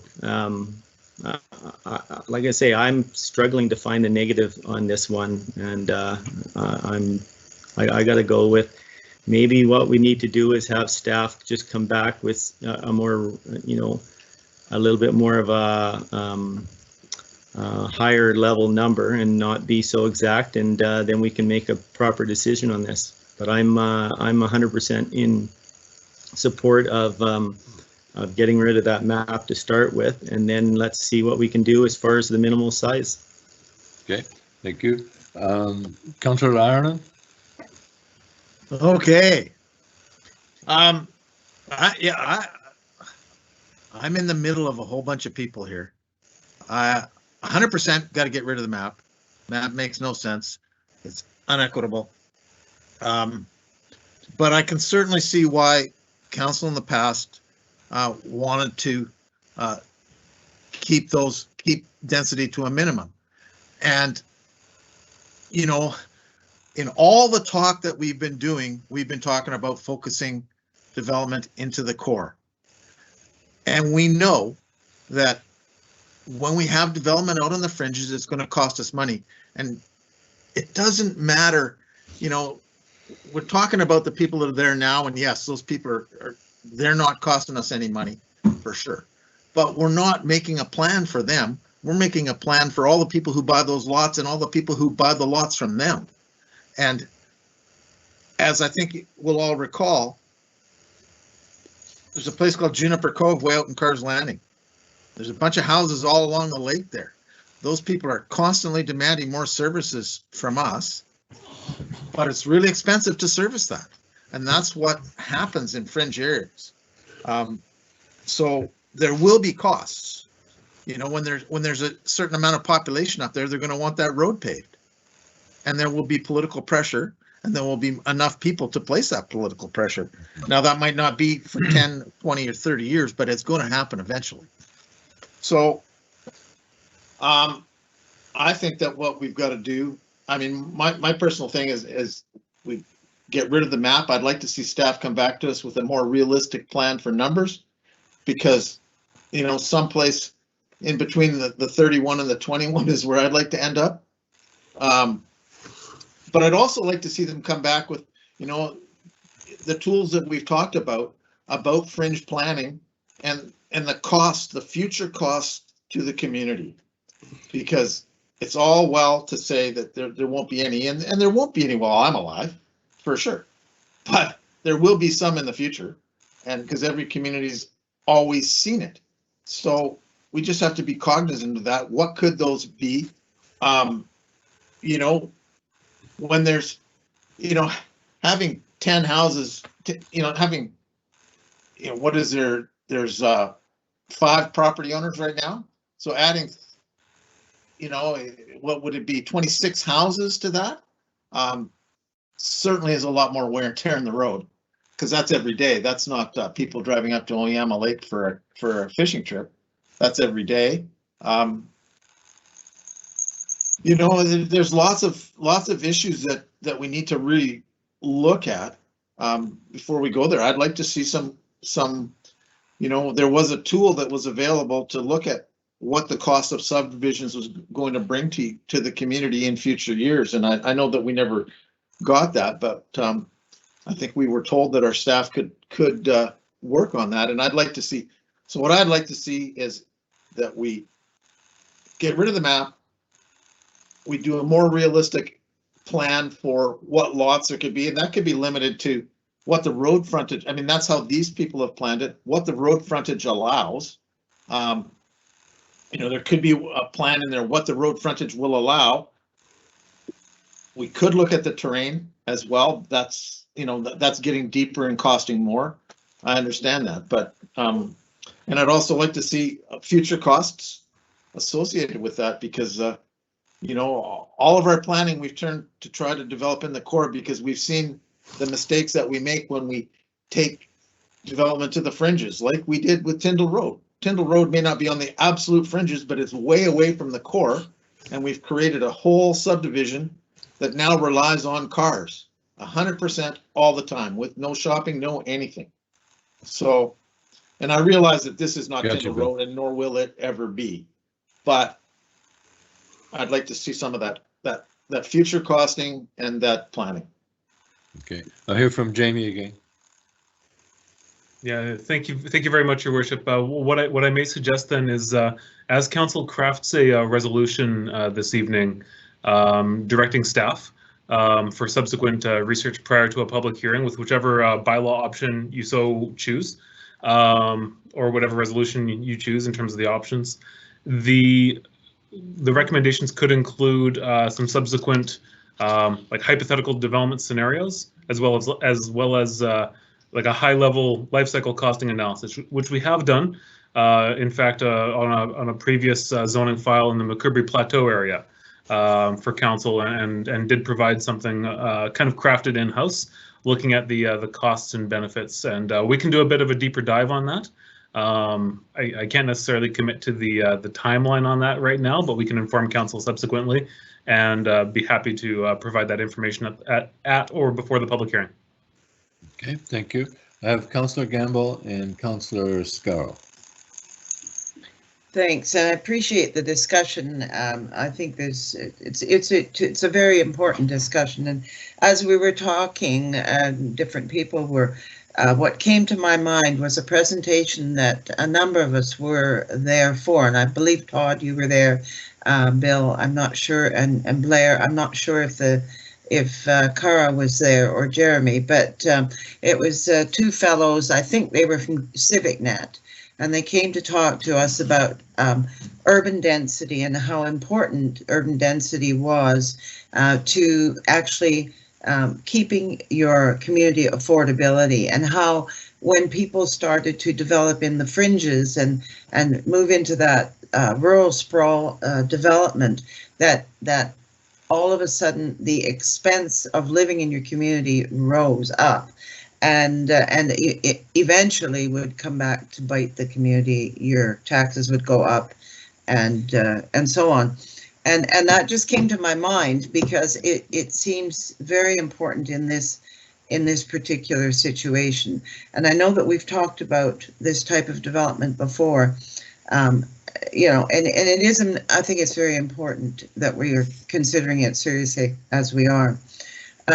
I understand that the map is an issue, and I certainly realize that, you know, that was an attempt at equity, and we are finding flaws with it, but it did allow some people to have lots. Now, why some got 5 lots and some got, it was something that bothered me when that was done, because it does seem somewhat inequitable. So I wouldn't mind at all looking. I don't want to say we're going to remove the map. I think we need to look at what other options there are that would meet the goals of maintaining approximately 21, maybe 23 lots, but not over 30. You know, that's kind of where I feel that once you're getting up to 30, you're really starting to increase the cost of servicing. And myself, I would like to keep it at 21. That's what we already said yes to. I didn't agree with that at the time, but that doesn't matter. Okay, councillors. But go ahead, then. Go ahead. I do think that it is important that we look at this carefully in an attempt at an improved equity, if that is possible, considering that we don't agree with shared driveways and different things like this. We do have limitations. That's why that map looks like it does. But, you know, I think we could improve on that. So that's where I'm at. Councillor Scarrow, and then our planner, our senior planner again. Well, thank you, Mayor Baker. I appreciate the opportunity to speak again. I want to speak in historical and higher terms about this. In 1995, when we incorporated, one of the first things we did in our first OCP, when we had Mayor Bob McCoubry and Councillor James Baker on council, was create the large parcel.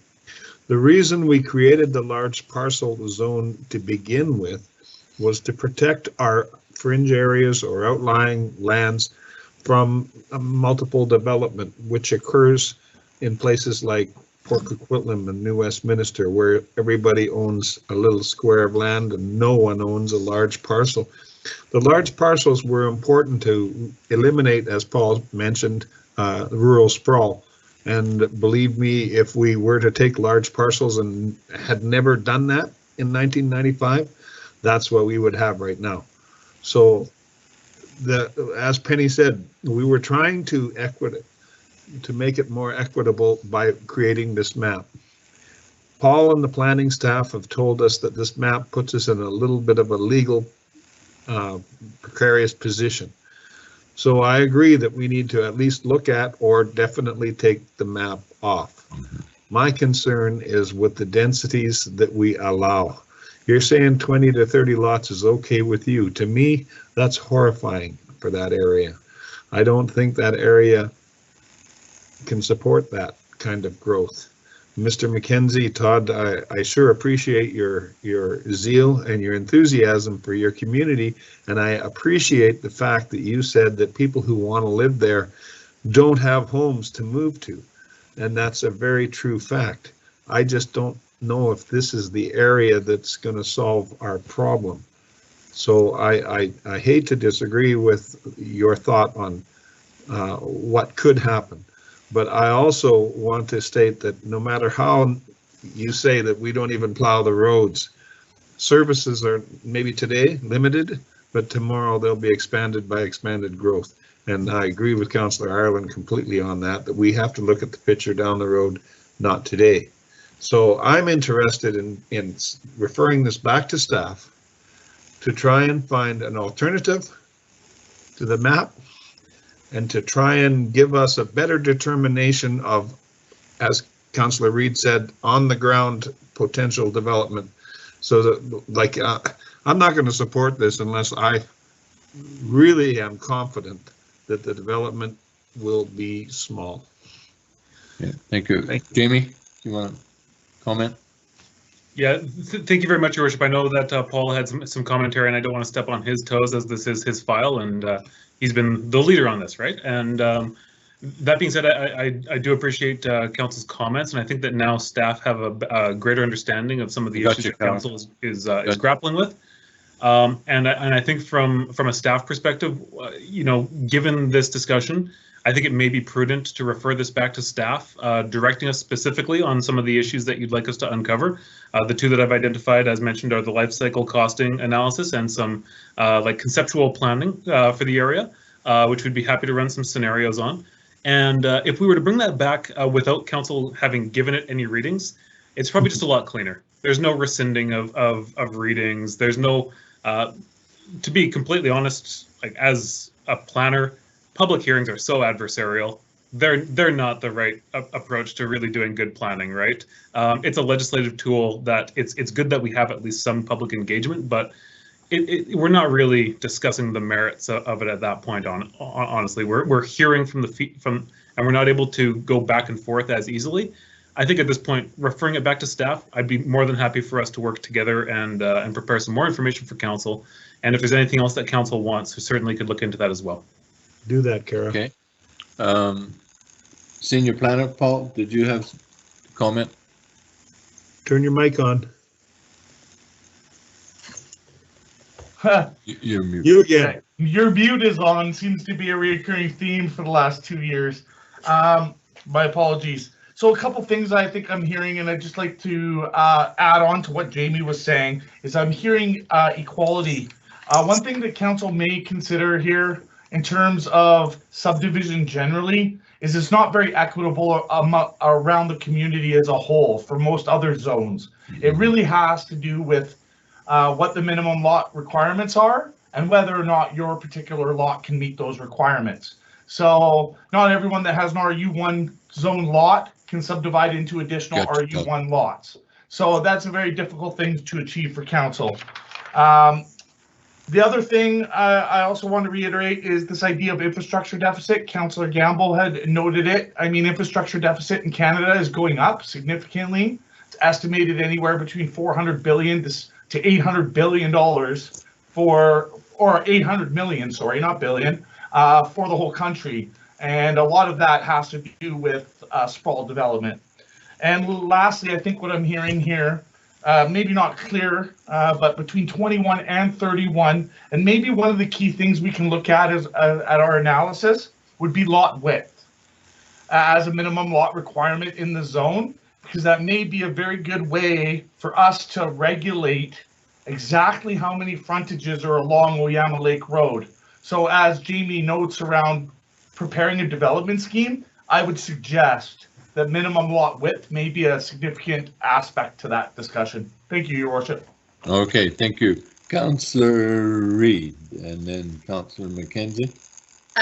Thank you, Mayor Baker, and thank you for those thoughts. I would like to move option D, which is to do I move it? Am I allowed to do that? To defer back to staff from what I'm hearing, and correct me if I'm wrong, I feel we have 3 scenarios. One, to preserve the 21 lot density, which was the original benchmark. So what hectarage / lot width would do that what would be the impact of a 4 hectare minimum lot size, which is what the applicants are pursuing, and then, if possible, a midpoint between those two, just for comparisons. And then to pick up on Councillor Arlen's comments, the life cycle costs for each of those scenarios, which would then give us a benchmark for 21 lots as per the current bylaw. And then we have some alternatives to compare with. And I think I agree that then we have more information to continue this discussion. Can I jump in, please? Yeah. You will not be able to quantify it down to that onto that level. Okay. I think it needs to be a bit more qualitative than that. You know, I can give you a bit of background. You know, we had to extend a road here for a single house at the cost of $100,000. So when we undertake these things, the cost can be significant. But trying to get down to that level of detail from 20 homes to 30 homes, the pressures that you're going to face are going to be: we want this road paved. The pressures you're going to face are: we want to see more frequent grading. The pressures you're going to face are: we want to see more frequent snow removal. You know, we have problems with busing up there because the road is steep. You know, we've had a lot of concerns around unsafety and people coming off corners and so on. So I think it needs to be a little bit more qualitative in terms of the evaluation. There are definitely additional costs, and those costs are going to come from increased expectations. So trying to quantify exactly what it means for 20 homes or 30 homes, I don't think you're going to be able to do that. Okay, thank you. I have Councilor McKenzie. So thank you, Mr. Mayor. So as far as extending roads, there is no extension of the road here. The road runs right through all these properties. So the district doesn't own any of that side land. So I don't think that is pertinent for this information to be put into this decision. You know, when I look at this, I fully agree with Councillor Reid that this needs to go back, and I don't know if it has to be that fine detailed. Like, ultimately, we just need to come up with how many more houses are going to be there. For anybody that's drove up this road, which I probably have way more than anybody on council, you know, there's a lot of room in between the houses right now. You are not going to notice 10 houses. I can say that right now. You're not going to notice it. So, like I say, if anything, this will provide benefits to this area, not negativity. So I agree that it needs to be sent back to council or to staff. And if we can just come up with a little closer onto the number, and let's not fine tooth this thing. This just needs to be at a little higher level for sure. And you know, I still stick to the fact that this is not going to cost us money to service this, because there's already existing houses. We already have to plow it. The only added cost we're doing right now is by providing fire service to those houses at the top. And again, these houses are going along that road that's already built. We're not adding anything. I can't stress that enough. So I would be willing to second what if Cara's motion is a little more higher level. I don't know if Cara, if you want to respond to that. Refer back to staff, was that? Yeah. I suppose, yeah, I would still like to see what 4 hectares looks like. And I would like to see what the 21 lot density looks like. I mean, those two are my I think is what we're looking for, what the current bylaw stands by and what the applicant is looking for.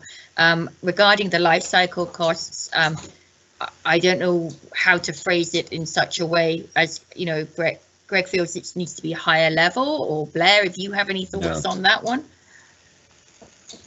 Councillor Ireland, yeah, you're next anyway. Okay, so there will be life cycle costs.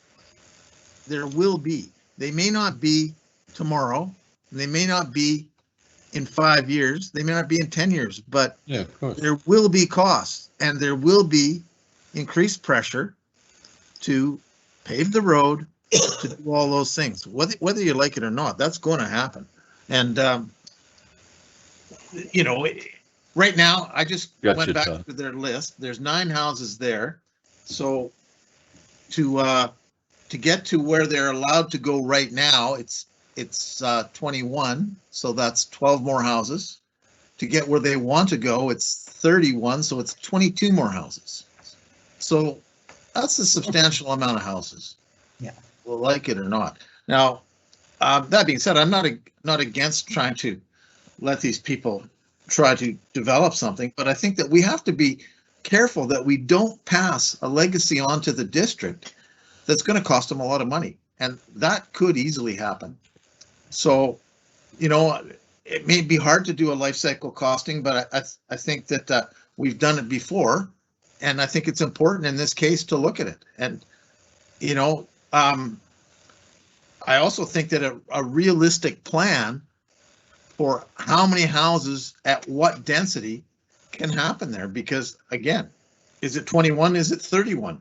Is it actually the 56? Could that actually really happen? And if that was to happen, that would be a disaster, right? I mean, we'd be doing what we said we wouldn't do. We'd be doing what we didn't do in Juniper Cove to that little development up in the hill. We didn't allow that to happen because that was bad planning. And 56 houses, 56 lots added to the 9 up there would be bad planning, and as far as I can see.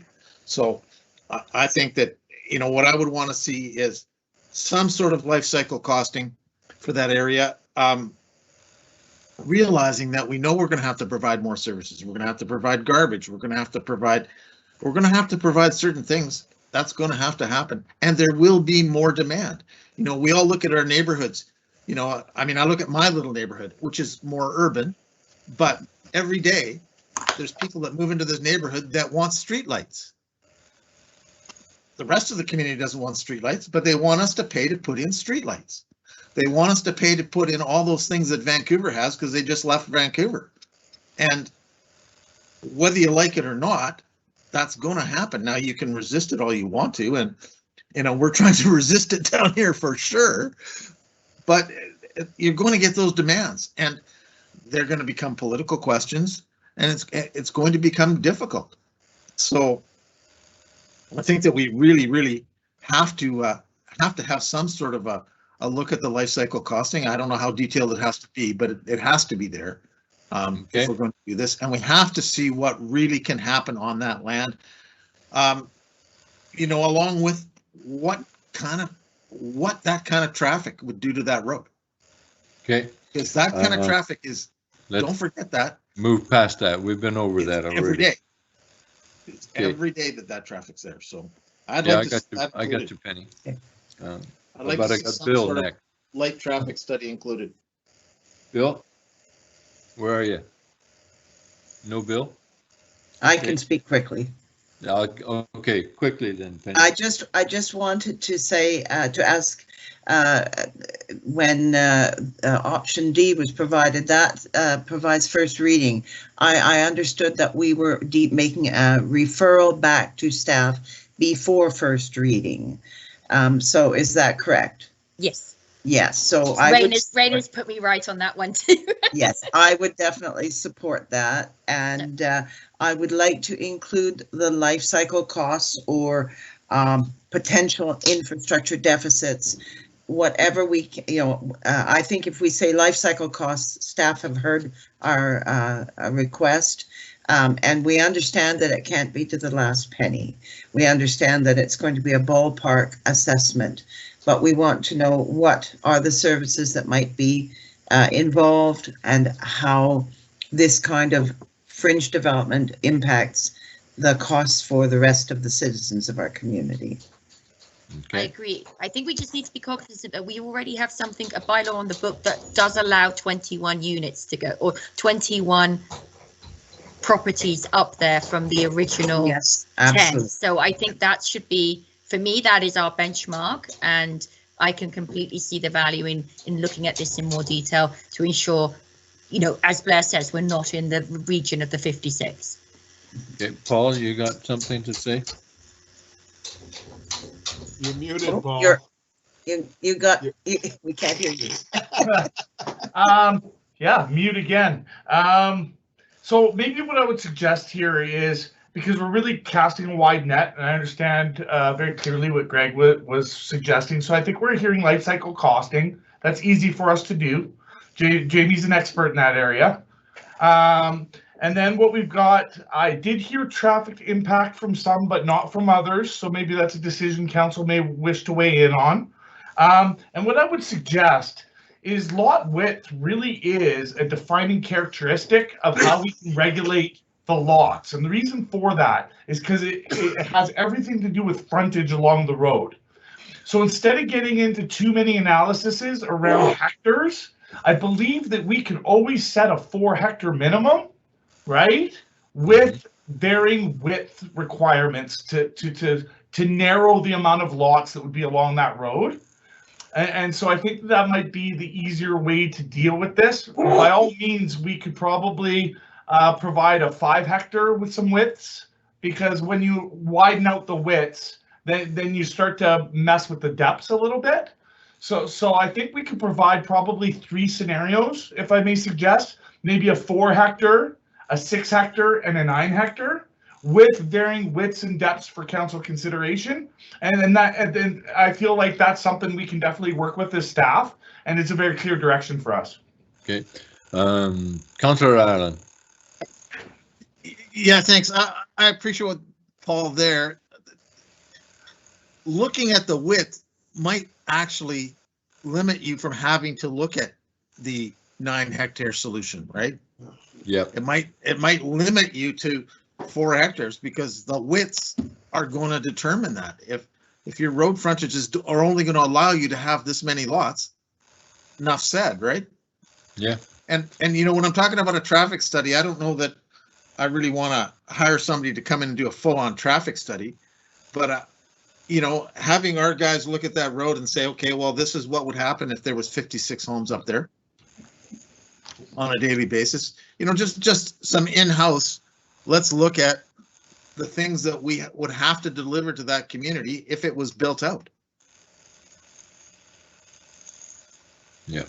All right. I think that's important because I think it's an everyday thing. Like, let's not forget, those people drive every day. It's not going up to Yama Lake Road to camp for the weekend. It's, I think we want to hear trips to school and work. We want to hear back from staff, and I think they've got enough information from us. And as Councillor Scarrow said, keep in mind, we looked at it as a council for large lots in our fringe areas, but that was getting on to 30 years ago now. 15 years ago, we said 10 acres or 4 hectares for that area. It seemed like a reasonable rural development that would provide some good large lots, keep as much of the natural area as we can. We've since entertained that upper area in our district and in the regional district as a wildlife corridor, so we want to keep it as natural as possible. So I think we're not changing the 4 hectare. I think the idea of lot width is a big factor, because we don't allow easement access, and we don't allow shared driveways, so we're looking at some. So I do have a motion to refer back to staff. Are we ready for a vote on that? More than ready. Those in favor? Yeah. Aye. Opposed? None opposed. Okay, it referred back to staff. Staff, you understood. Did we get a seconder? Do we need a seconder? We did have a seconder. It was I did. And Councilor McKenzie did, yeah. Okay, all good. So we're moving on. Oh, do I need a resolution to go past 10 o'clock or something? It's 11 o'clock, James. You're all at home. Why do you need to stop at 10 o'clock? It's 11. It's 11, Mr. Mayor. Okay, 11. So hurry it along. Yeah. So Thank you, Your Worship. We'll definitely hurry this along. This is a much simpler zoning request, perhaps. Can you see my screen currently? Hold on, give me a second. But you're not muted. Presentation? I am not muted at the moment, no. Yeah. And I'll just switch this over, and you can see my presentation. Yep. Am I muted again? No. No, we can hear you. Oh, okay, there we go. And you just need to make your presentation big. And the presentation is big now? You got it. Yeah. Perfect. Thank you, Your Worship. This is development application, file number zoning 2020-005. It's for 9494 Chase Road. The zoning for the property currently is RR2, that's Rural Residential 2. The future land use designation as per the OCP is Urban Residential. And the subject this evening is to change the zoning from RR2 to RR3 to support future subdivision of one additional lot. So that would be a total of 2 lots. And one thing to note here is, so we were just speaking about widths. The reason for this zoning change is right now under the RR3, you need 40 meters in minimum lot width. And the property only has a 60-meter frontage. So by moving to RR3, the minimum lot width is 30, so it would allow for that subdivision to occur. The location you can see here is at the end of Dick Road, right next to recent industrial rezoning, Redicop and Concast. The subject property is 2.4 hectares, which is equivalent to just under 6 acres. This is just an aerial showing there is an existing home there, and I do have some photos kind of showing the driveway coming up this way to the existing home. This just shows the official community plan and the zoning. So as noted, urban residential for future land use. However, it's currently zoned RR2. The applicant did provide a zoning analysis just showing that at 30-meter width, that they can meet the frontage. They actually have 60.37 meters squared, so they would just come under the wire. And it's showing their proposed lots and how it could meet those frontage as well as the depth requirements here, which are easily met. So these were taken today. This is a gate to the property here. This was taken on Dick Road facing northwest, and it just shows the frontage. The frontage of this lot begins approximately here and ends just outside of the picture on this side.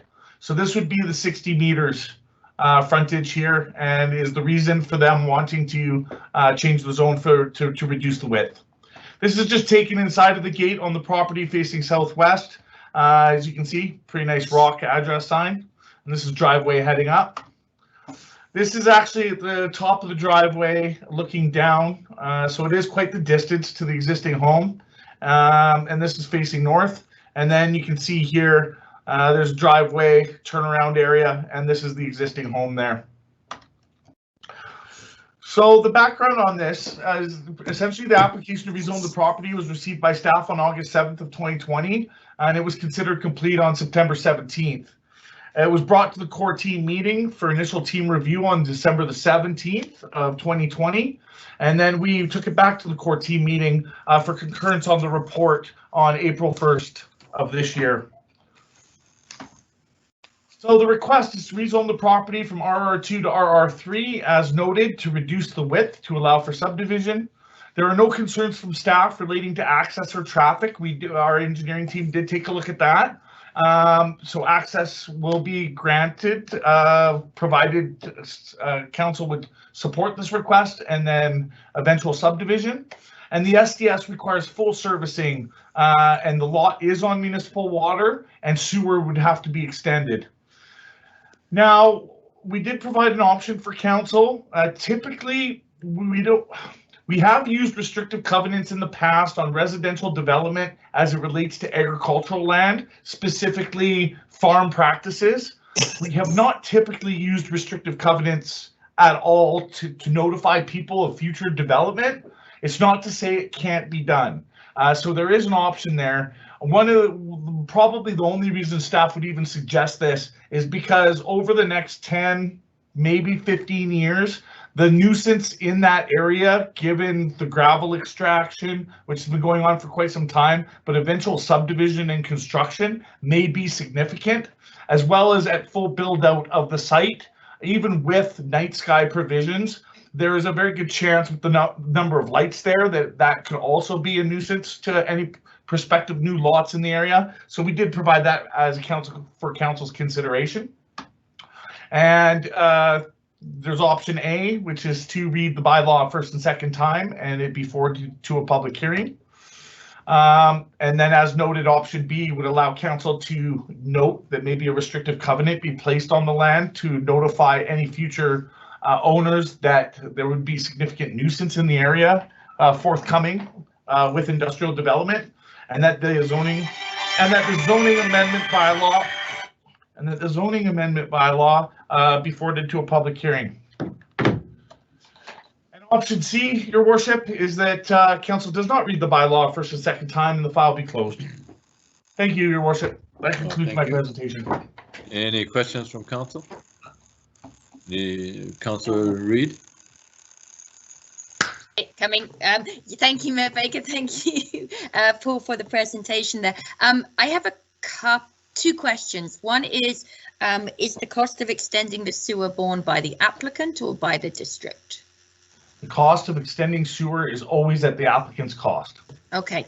My second question is a hypothetical, thinking that I kind of got my GIS and my ruler out, and my concern is, where is there an extension of Chase Road coming off there somewhere? And would that change the frontage of that property?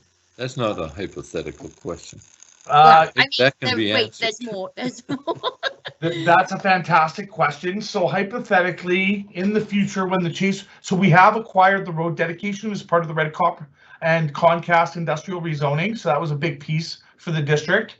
It is anticipated that at some point that will be extended. And a short answer to your question is yes, it will increase because the road essentially fronts that property. It would increase the depth, or sorry, the width. So of that lot frontage eventually when that road is constructed. Okay, so the bit that is currently doesn't have a frontage, which would have a frontage after Chase Road, is actually almost exactly 90 meters long. So if we approve this development, there would be the option, should the applicant wish to actually then subdivide that property a further 3 times with a third hectare. Yeah. But if the first one is a hectare. No, it's 5 acres, which is 2 hectares. Right. So you can only have 2 lots. Okay. No, that's incorrect. Oh. That's incorrect because it's on sewer and water.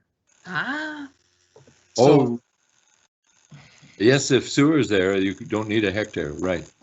So you could get 5 lots out of that because he has 150 meters of frontage. The short answer to the question, without doing a full measurement, you can see here that the property with the Chase Road, it actually looks like that wouldn't be the case because it looks like this panhandle to allow for lot 9424. So if you look here, 9424 has a panhandle for access. So in actual fact, I retract my statement, my apologies, that this would not front 9494 Chase Road. It would not allow for future subdivision as his frontage ends at this crux right here. Yeah. Unless he purchased that panhandle off the owner of 9424, who would then have direct access onto Chase with the new road. That would be in the case of future land holding movement and different ownership. Is that a possibility? Absolutely, it could be. Okay. Okay. Thank you. Thanks, Paul. Okay. Anyway, We need a motion for. You see my hand, James? No, I can't. I can see it. Who's got My their hand hand is up? up. I got a report as well. I've got the report in front of me, so I.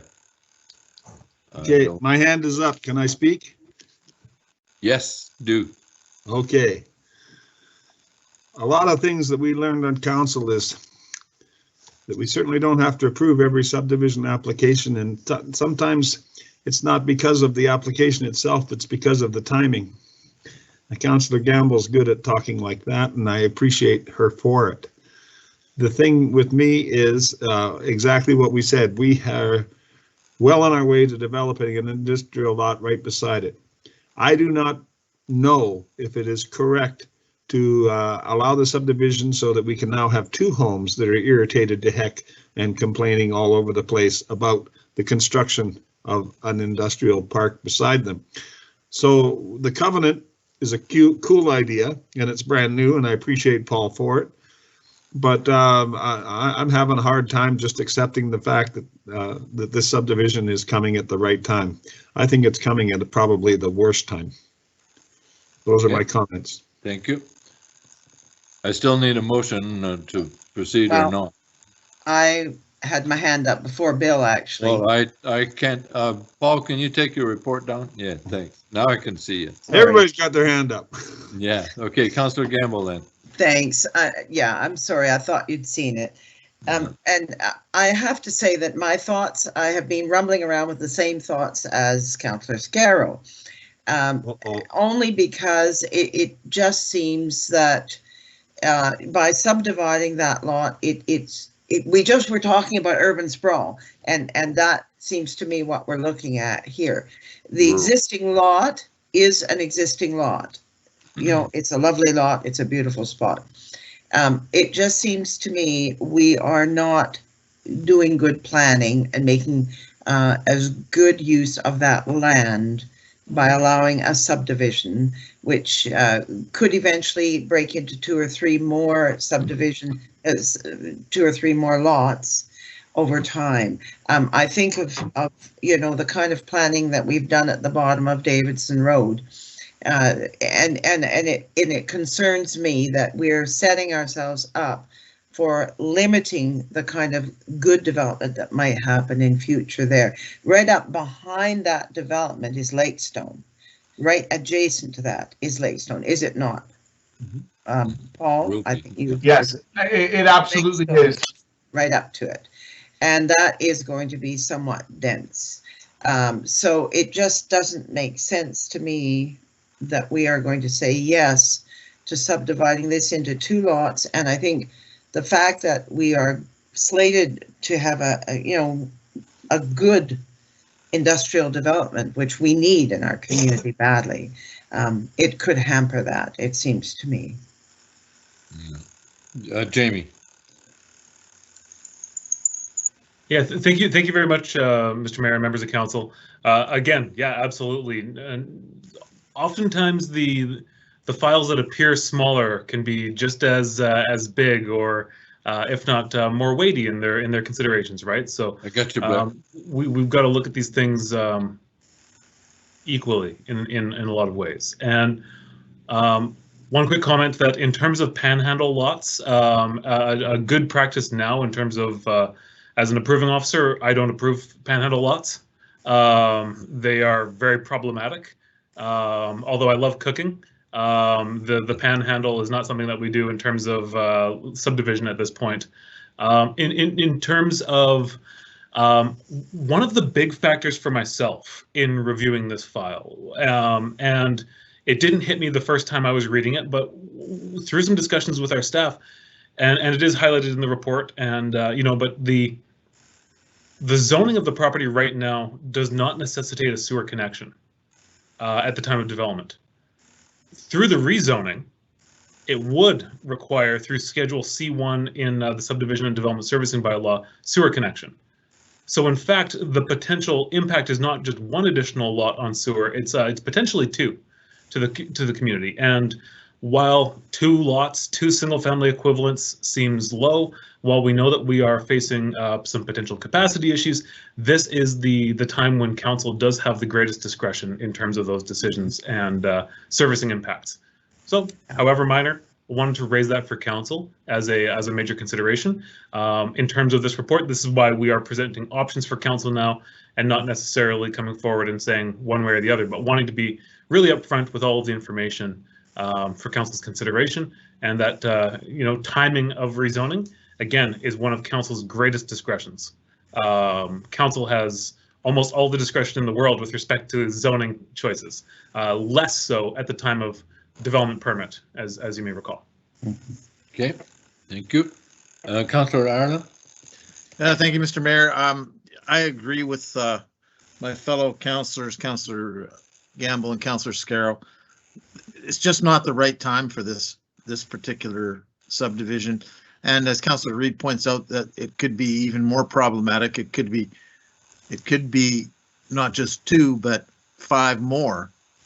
And we just don't know how that industrial area is gonna lay itself out. And I'll tell you, it's I don't even know if that restricted covenant's all great, but how legal is it? Have we looked at that? So make those a complaints, they never go away. I got you, Bill. Make a motion then. We've had some complaints, so I would, I can make the motion if you like to Move deny option C. the application. Bill, do you want to comment? I was going to move option C. I just did. Yeah, so I'll second it. Okay, option C.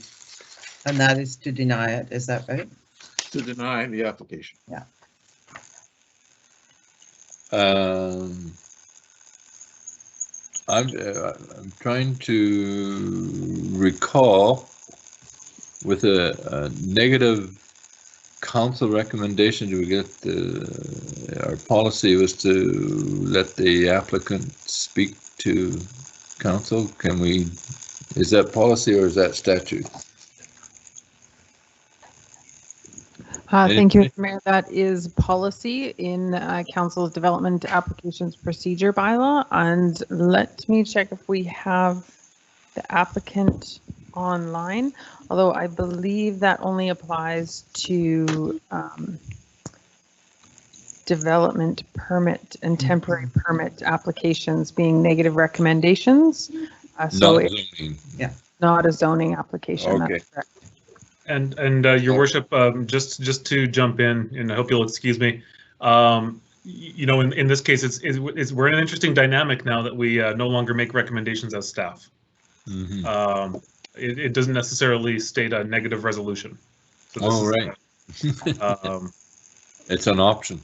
It's a change practice that doesn't necessarily. It maybe points out an antiquated policy. Right. All the questions, sir. Okay. Those in favor? Aye. Opposed? Motion carries. All right. Thank you, Your Worship. Next one up, non-development reports. Who's doing the allocating the surplus? That's me. Uh-huh. All right. Yeah. So given the time here, I'm just going to point out a few things in the report for council really quickly, and then take any questions council might have. We spoke at budget time regarding the reserve policy and recognition that this policy is now 5 years old and maybe not as reflective of the district as it was once, and that will be a task for our new CFO to consider amending that policy or reviewing it at least with council to make sure it's still reflective. But as it stands right now, this recommendation follows in line with that policy. There was a significant amount of surplus recognized this year, certainly in the general fund, to the tune of almost $1.5 million. Most of that really is related to revenues in our building department. If council will recall, our building department is budgeted such just to cover the expenses in that department. It doesn't, it's not intended to cover any excess revenues that we may recognize, even though we seem to be recognizing additional revenues each year. There was a recommendation in the report after reviewing all of the balances, that $300,000 of that be transferred over to the IT reserve to ensure that that reserve met the minimum recommended balance.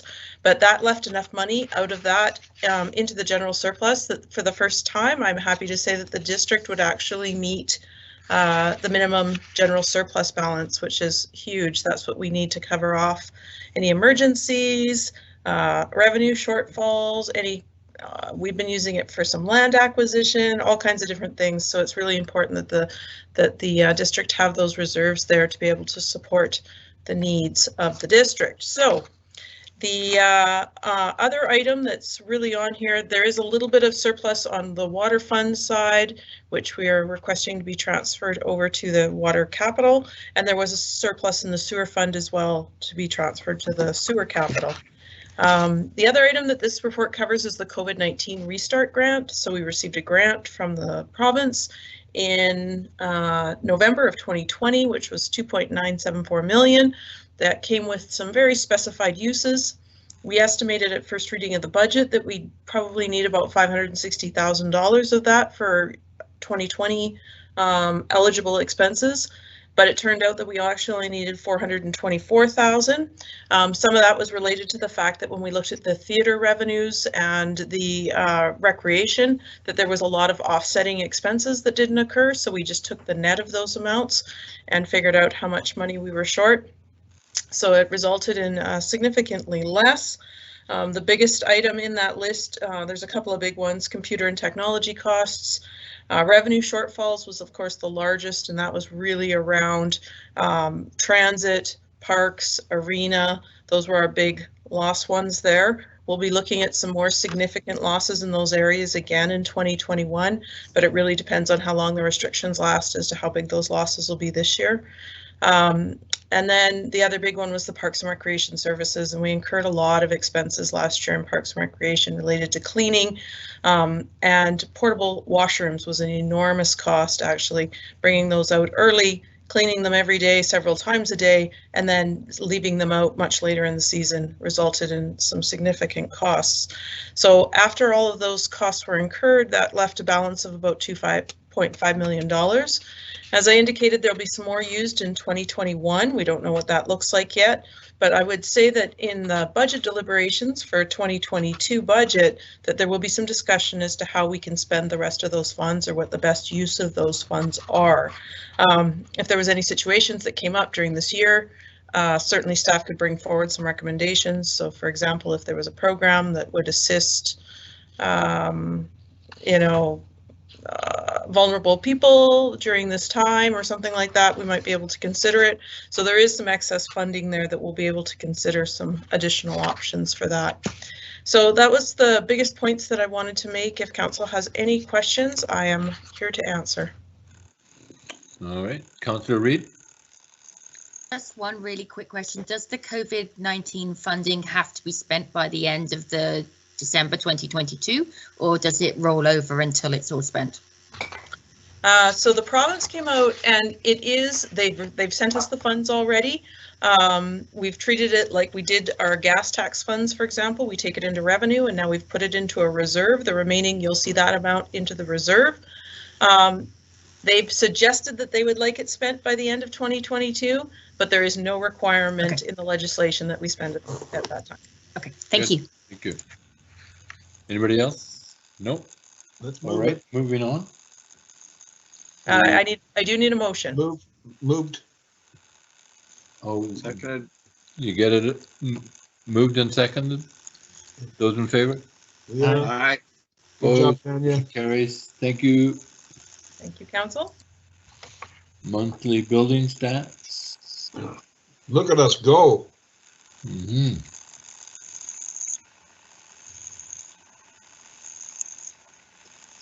Did we do that? Yeah. Did we do the building stats? Well, they're just there for information. Yeah, good. UBCM emergency preparedness. Councillor Ireland? Move it. Second. Councillor, can't see you. Oh, Scarlett. Those in favor? We are. Motion carries. Thank you. Community engagement grant applications. Who's doing that? I would move that. Move it. I'll second it. And those in favor? I'm going to move option A, the one that gives everybody what they wanted. Yes. Good. Keep them all happy. Can I just say thank you, a huge thank you to staff and to Walk and fire the groups protection. involved. Sorry, Local Mr. Mayor, can I service say something area on this? bylaw. Mr. Mayor, I know we're trying to get through and we do have 40 minutes. Oh, I'd just like sorry. to remind the Mayor, I think this is important that I speak to this just for a second, because this won't be the last applications we receive from the community. So I think for the number of viewers that we get that will watch this on YouTube as well, I think recognizing the intent of what council wanted to do here was really good. And I think these are just the first two applications. So I just want to frame this for other applicants that I think, I appreciate council's support of this. This is us working with the community. Need a screen? Yeah, I got my video on, so I don't know why I'm not up. You got them. They certainly volunteer organizations are there to be supported. We got all that? You done, Matt? I guess so, yes. How about those Canucks, Matt? I think I'd like to hear from Matt. I think it's worth it. This is a new policy for council, and it's the first. So I would really like to hear. You got more to say, Matt? I do. I always do, Mr. Mayor. I think especially on this one, you know, we've been challenged over the last few years on some of these smaller projects that are important to groups in the community, and I appreciate the support of these community groups. And I think this is a great idea that council had to work together with these groups to look for some of these. You know, these are not the big fancy projects of the 7 million. These are like on there, they're asking for $1,000 to work together with the community. So I think it's a great avenue for council to look at that. And there will be more of these coming forward throughout the district. So staff is really engaged on this one with these two groups. They've worked really well with us, both the Cars Landing Community Recreation Association as well as Walk with community members in Cars Landing. So this is the whole point of going out and engaging the public and asking them what benefits the public to create a better community. So the comments from the CAO in there, I think actually nail it quite right, that they embody the concept of this grant. And it was an opportunity for the community to come together with ideas or funds and resources for support of that. We're asking people to contribute. It's not just people coming to the district and ask me to do this. This is a community engaging and providing avenues to support their own community. So I think this is a fantastic avenue, and there'll be more coming forward. Now I'm done, Mr. Mayor. Thank you. How about those Really good. Well, Thank you very much. I don't think my hearing's working very well, Councillor Scarrow. I know Part that of what we try to do all the time. Really good. All right. And fire protection, local service area amendment. Thank you, Mr. Mayor. I will also try and be as quick as possible. So the district was approached by originally two of these property owners to expand our existing fire protection local service area. Can council see my presentation? No. No. Now. Now we can. There you go. So, so two of these property owners approached the district, and in recognizing that there was 5 of these properties in total that weren't included in the fire protection area, the district expanded the request to include all 5. So these are the properties. Now, this is the current fire protection area in Oyama, and as council can see, for reasons unknown, those 5 properties were originally excluded from the fire protection area.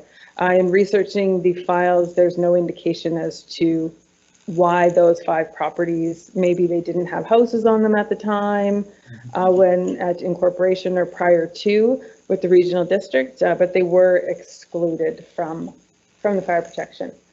So the process is we are petitioned under the community charter by these properties. The cost is a tax assessment, 0.4560 per $1,000 of total assessed value. So the figures are there showing what each property would be taxed at for prorated for 2021, and the 2022 rate is using the existing 2021 rate, as we don't have those figures for 2022. We require 50% of the owners and 50% of the total assessed value must sign a petition in order for it to be approved, and 100% of the owners have signed the petitions requesting to be added. So a couple considerations: incorporating these properties transfers all authority from BC Wildfire to the district. It adds approximately 130 acres of wildland to the district's responsibility, which could, just for council's information, could incur a significant cost if there were to be a large fire event. On the other hand, there's many similar sized properties and treed properties in the immediate vicinity that are already in the fire protection area. The nearest hydrant is 5 kilometers away, and a fire at any of these properties would require tender support to attend. Although including these would align the municipal boundaries with the fire service boundaries. Previously, council had mentioned several areas for staff's information. One was an internal process where applicants felt that they weren't notified that they were not within the fire protection area. So we've amended our process. It's a fairly simple internal process to fix. We've just added it to our building permit application. Ultimately, it is residents' responsibility to determine and find out if they're in the fire protection area. But we've added a checkbox to our building permit application, so it will be identified on there. And then regardless, they are required to meet our highways bylaw, which sets out the fire staging areas. And the fire protection area was another, I believe was raised by council in some comments at another meeting. Not all properties in Lake Country are in the fire protection area. As council can see by the maps in the report, some of the other bylaws, there are many areas that are outside of that protection area.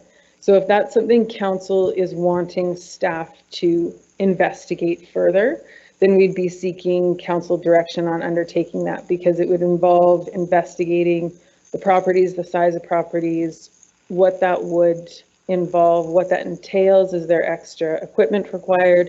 So that one would be a separate project aside from this application, but just for council's information. Thank you. 2 options before council. Support? Yes. Move support. Councillor McKenzie, Councillor Gamble, those in favor? Aye. Opposed, motion carries. Thank you. And nice to see some service. Mac and Nexus, who's doing that?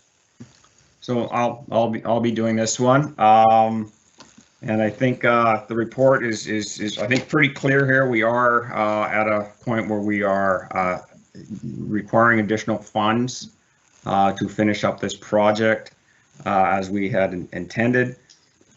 So I'm sure council may have some questions around this, but maybe just by way of background, we were carrying a very small contingency amount here, and that is to deal with all the project unknowns. So we were carrying about a 1.5% contingency. We did advise council that that was a very small number for a project, but we would do our utmost best to manage the contract, look for additional savings, and see if we could bring it in at that level. Unfortunately, we've had a whole number of changes required. A number of these were for unforeseen events as we got into the existing structures. Some were due to just some design errors and omissions, and I can tell you firsthand from designing stuff, getting a perfect design is difficult. So and made more complicated here by this project. So I have been doing this for 27 years, and this has probably been one of the most complex projects I've had the pleasure of managing from the district side. So when you build a complex. Yes. So we're in a position here now where we had about $100,000 of contingency amount funding, and we've got a number of items now pending that bring us up to another 100,000. We've got to spend to date around $4 million. We got a couple million left as we move into the Nexus and start to open up washrooms and so on there. And if we made an error, I've been going back through there and saying, okay, what were our inputs? We can't control outputs. We can control inputs. Were our inputs off? Maybe one of the inputs that was off here is we should have run in with a bit healthier contingency. Typically contingency amounts of 10 to 15% are carried on projects. We always go in a lot tighter than that at the district. And the reason being is that quite often, even especially with grant funding, we try and hit the bullseye, basically. We try and spend every penny to the best benefit for our community members. We're probably running that too tight here, or we did run that too tight here.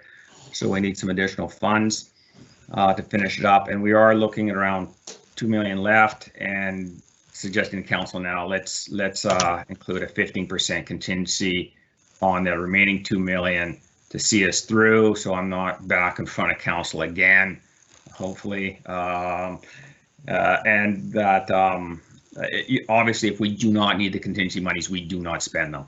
So these are really just for things that are absolutely essential to move the project forward. So I don't know if council has any questions specifically that they would like to ask. I mean, our options here are limited. We find the monies, or we're faced with not being able to complete. Okay, Councillor Gamble, Councillor Scarrow. Yes, I just wanted to ask kind of what the main amount of money is being required. Is it for within the actual new Nexus building, or is it for issues in the arena or the curling club? Well, we haven't really gone into the Nexus, the arena extensively yet, and that's why we're suggesting another 15%. Although we did find some issues there as well. We found some structural issues there.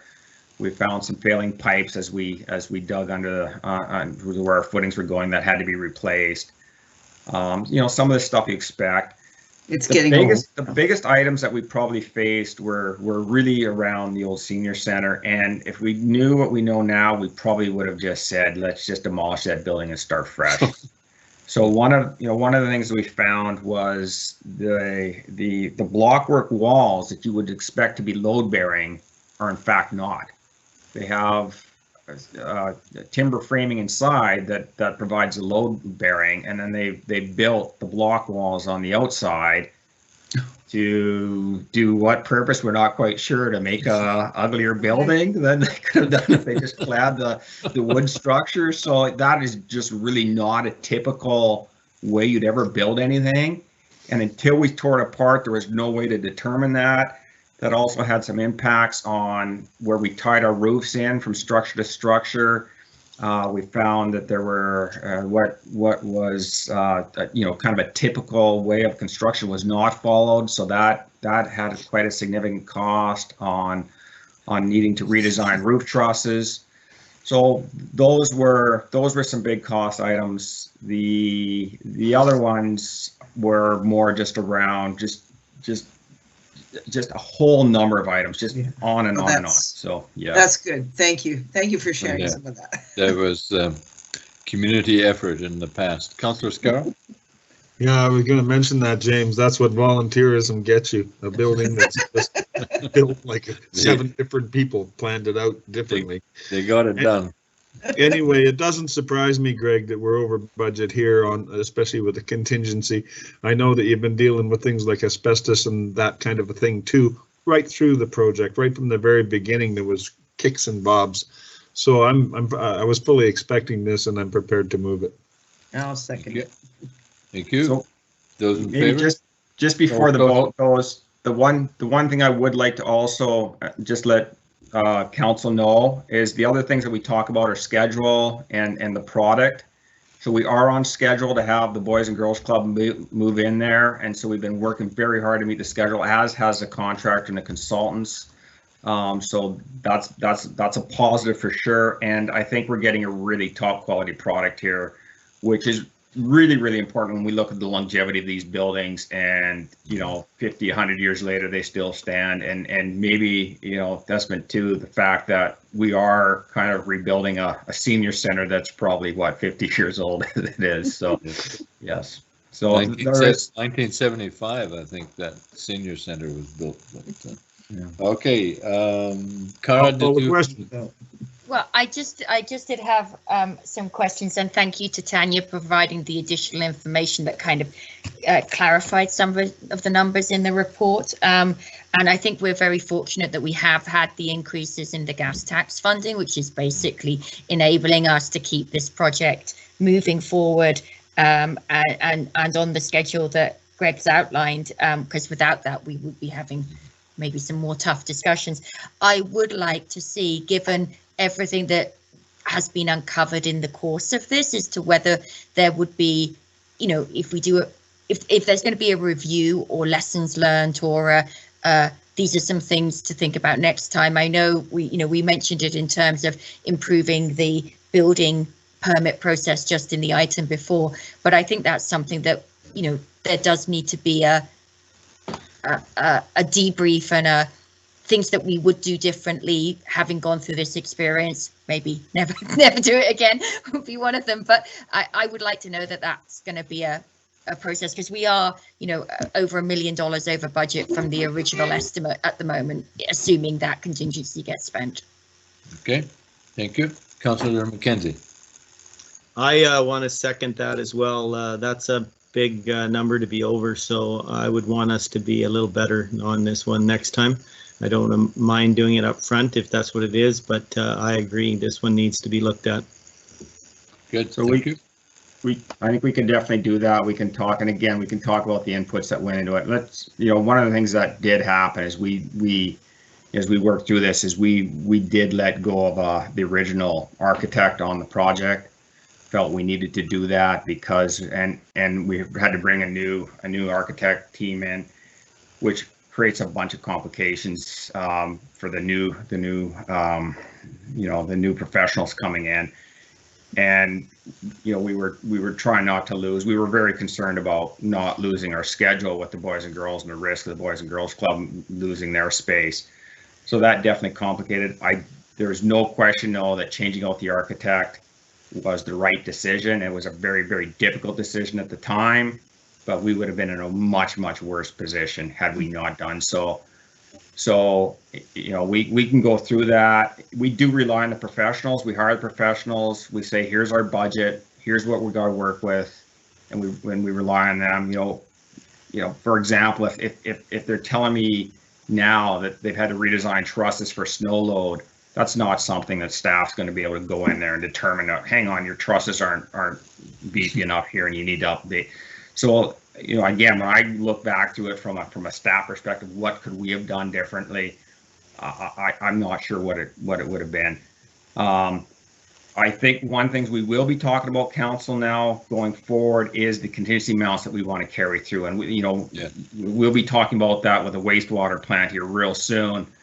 How much contingency we want to carry, because it's a big risk item, and you know, there's risk on both sides of that. We carry more contingency, well, then we got to budget that much more for it. What if we don't need that contingency then?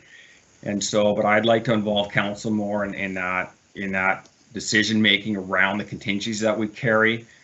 If the contingency was here, you know, we would have pulled back on the scope from the get-go, because we would have had to ensure that we have the contingency amounts covered. So I think that's definitely an area that more discussion with council. Okay, thank you very much. We need a motion. Already got it. Motion. Say what? You've got it. Motion's on the floor, Okay. Isn't it? Blair's got a question. Yeah. Question, Cara?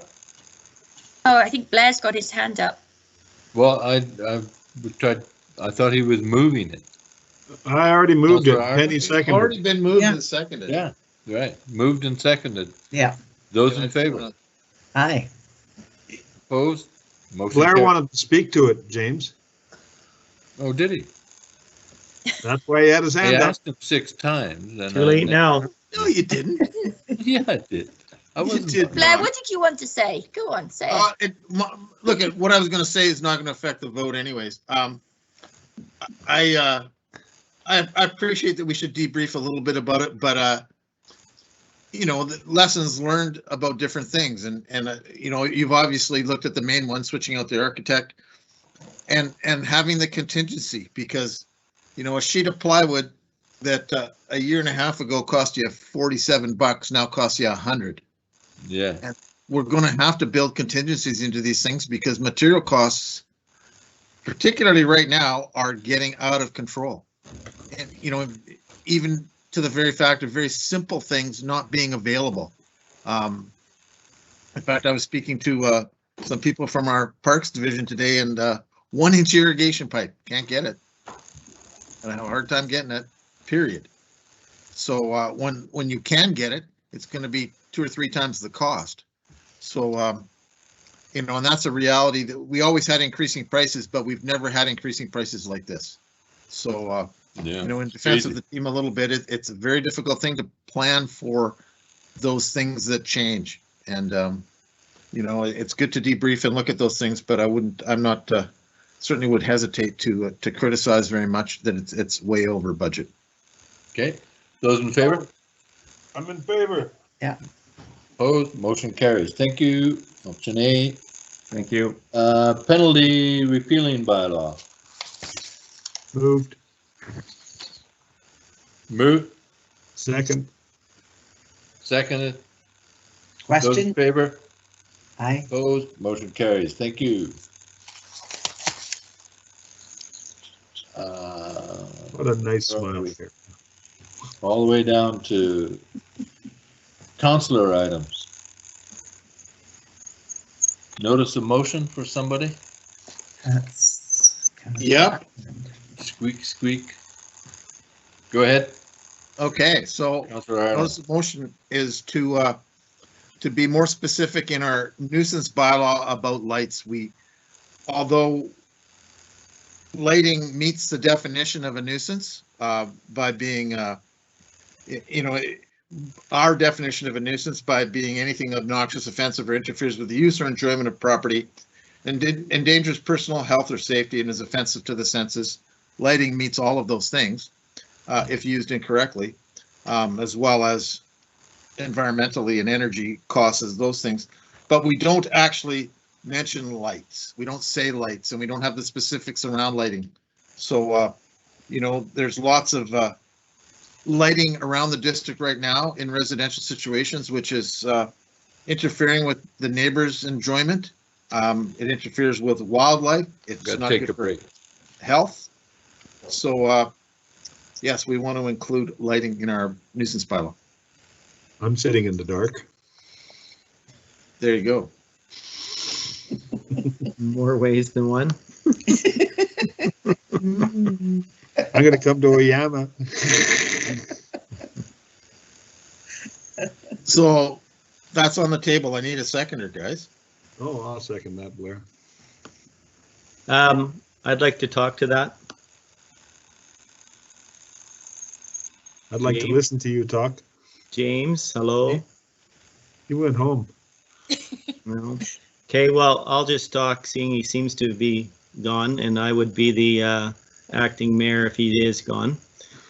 I did send an email in, and everybody would have got it, just in regards to the smell issue and whether there's anything else that we want to address with this bylaw if we're going to be fine-tuning the wording on it. So I'm just curious if we can get one of the staff to comment on that.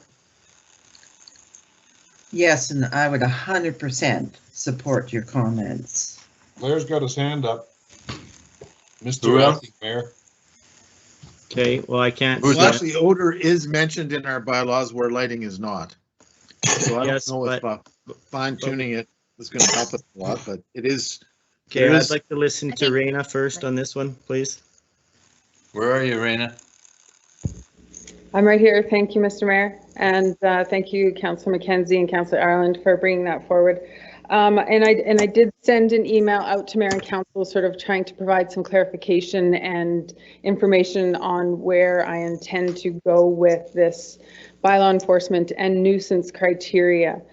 So my plan is hopefully for mid-May, early June to bring nuisance, odor, and lighting specifically to a strategy session to get some clarification, either in a bylaw or a policy, to help both staff and the community with this criteria on what exactly that means. There's all three of those nuisances are very subjective, and I can tell you from complaints that we've received. For example, someone has a motion light on their back door in a residential area that comes on and off for whatever reason, and that is brought in as a complaint as a nuisance light. So that, in comparison to a house that has a whole bunch of lights that are shining directly in the neighbor's house, the comparison between those two, we need a little bit more information and criteria or check boxes to move forward with those, both for the community and for staff. So that's my intent on those three, to bring some research and information, and whether that's a nuisance bylaw amendment or a subsequent guidance policy or document for staff and the community. Now, in regards to Councillor Ireland's comment, he's correct. Lighting is not, that word light or lighting is not specifically in our nuisance bylaw, where odor is specifically mentioned. We can ticket and enforce for both of them regardless, but we can also add lighting. In regards to cannabis odor, specifically, there is very little other than the nuisance ticket that we can do. We cannot, we have been told by the feds and the province, and we have legal opinions, that the only enforcement we can do for cannabis in residential neighborhoods is the nuisance odor. And we have issued tickets, and we will continue to issue tickets anytime that is brought to our attention for that one. So then the third point with wording in the nuisance bylaw, I'd recommend if council's looking for a complete review of that entire bylaw, then again, that's a pretty significant project to undertake for the entire thing. I think adding the word lighting is a fairly easy fix. And then I think looking at them holistically, those nuisances, and how we can help the community and bylaw enforcement address some of those in a more succinct way would be the appropriate way to go. Okay. Councillor Ireland, you want to? Yeah, look, I fully support the idea that we could try to control the smell from cannabis places. It's very difficult. I don't like it myself. However, as our corporate director just said, there's not a lot we can do in there. And what concerns me is that, what is not getting something done right away. And lighting is an easy thing to fix right away.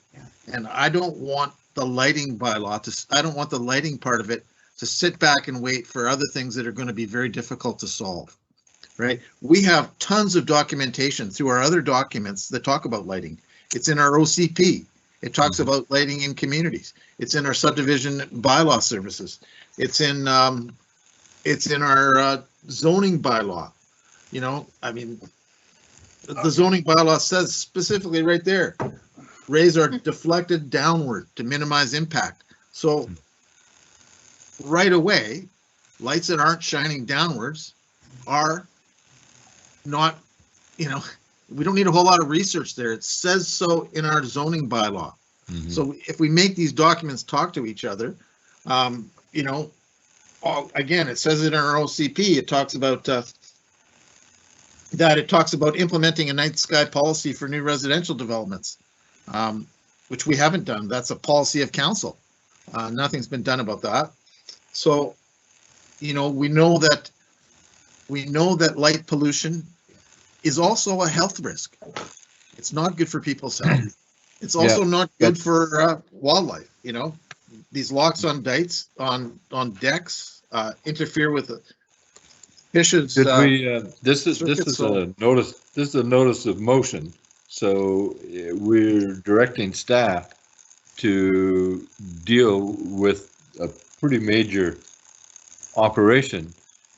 And if we include any nuisance, I mean, I think lighting is the one that is most easily addressed, because let's address it easily. Get at it right away. So let's do that as a notice of motion. But I'm not sure how we're going to update our nuisance bylaw, but maybe through strategy session or some other aspect, but not tonight at councillor items or whatever.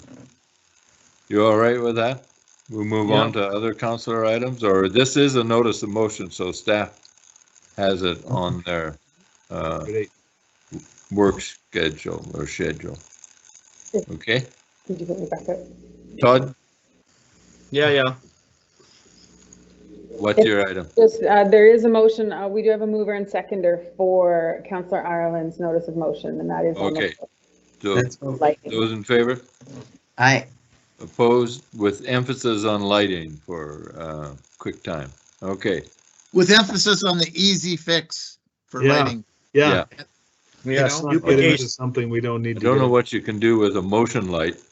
Every time. All I know is if we want to finish by 11, we have 8 minutes, so we better be speedy. Okay. Fix the motion light with black spray paint. Yeah.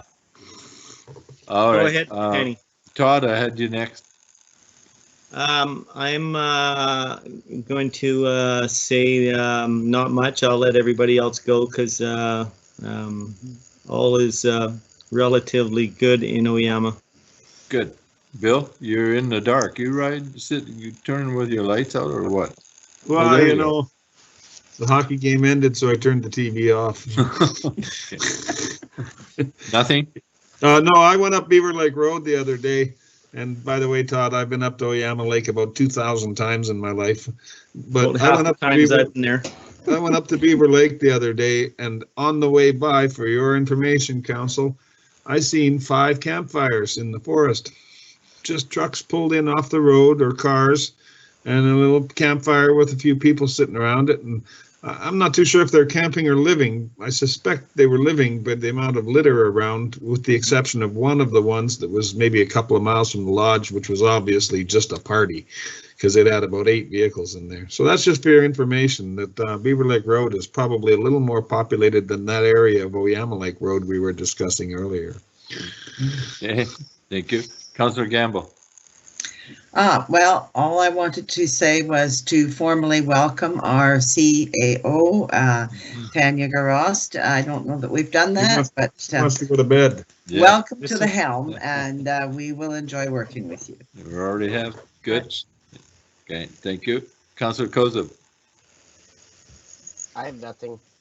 Okay. And Councillor Reid. Thank you. I would just like to say high fire risk, extremely high fire risk. We've already had 1 grass fire in Cars Landing. Please take care out there. I would like to say thank you to the Walk Around Lake Country, the Cars Landing Community Association, Marie Malloy, and all the people who supported the work that was being done on the handrail and the trail. And also I would just like to say a huge thanks to staff and all of those essential workers who are there through this 3rd wave. Things are dire out there, and I appreciate everyone who is taking a step out of their door to be there for other people, and I hope we can all keep each other safe until we can get these vaccines in arms. So just thank you to members of the community who are there for us.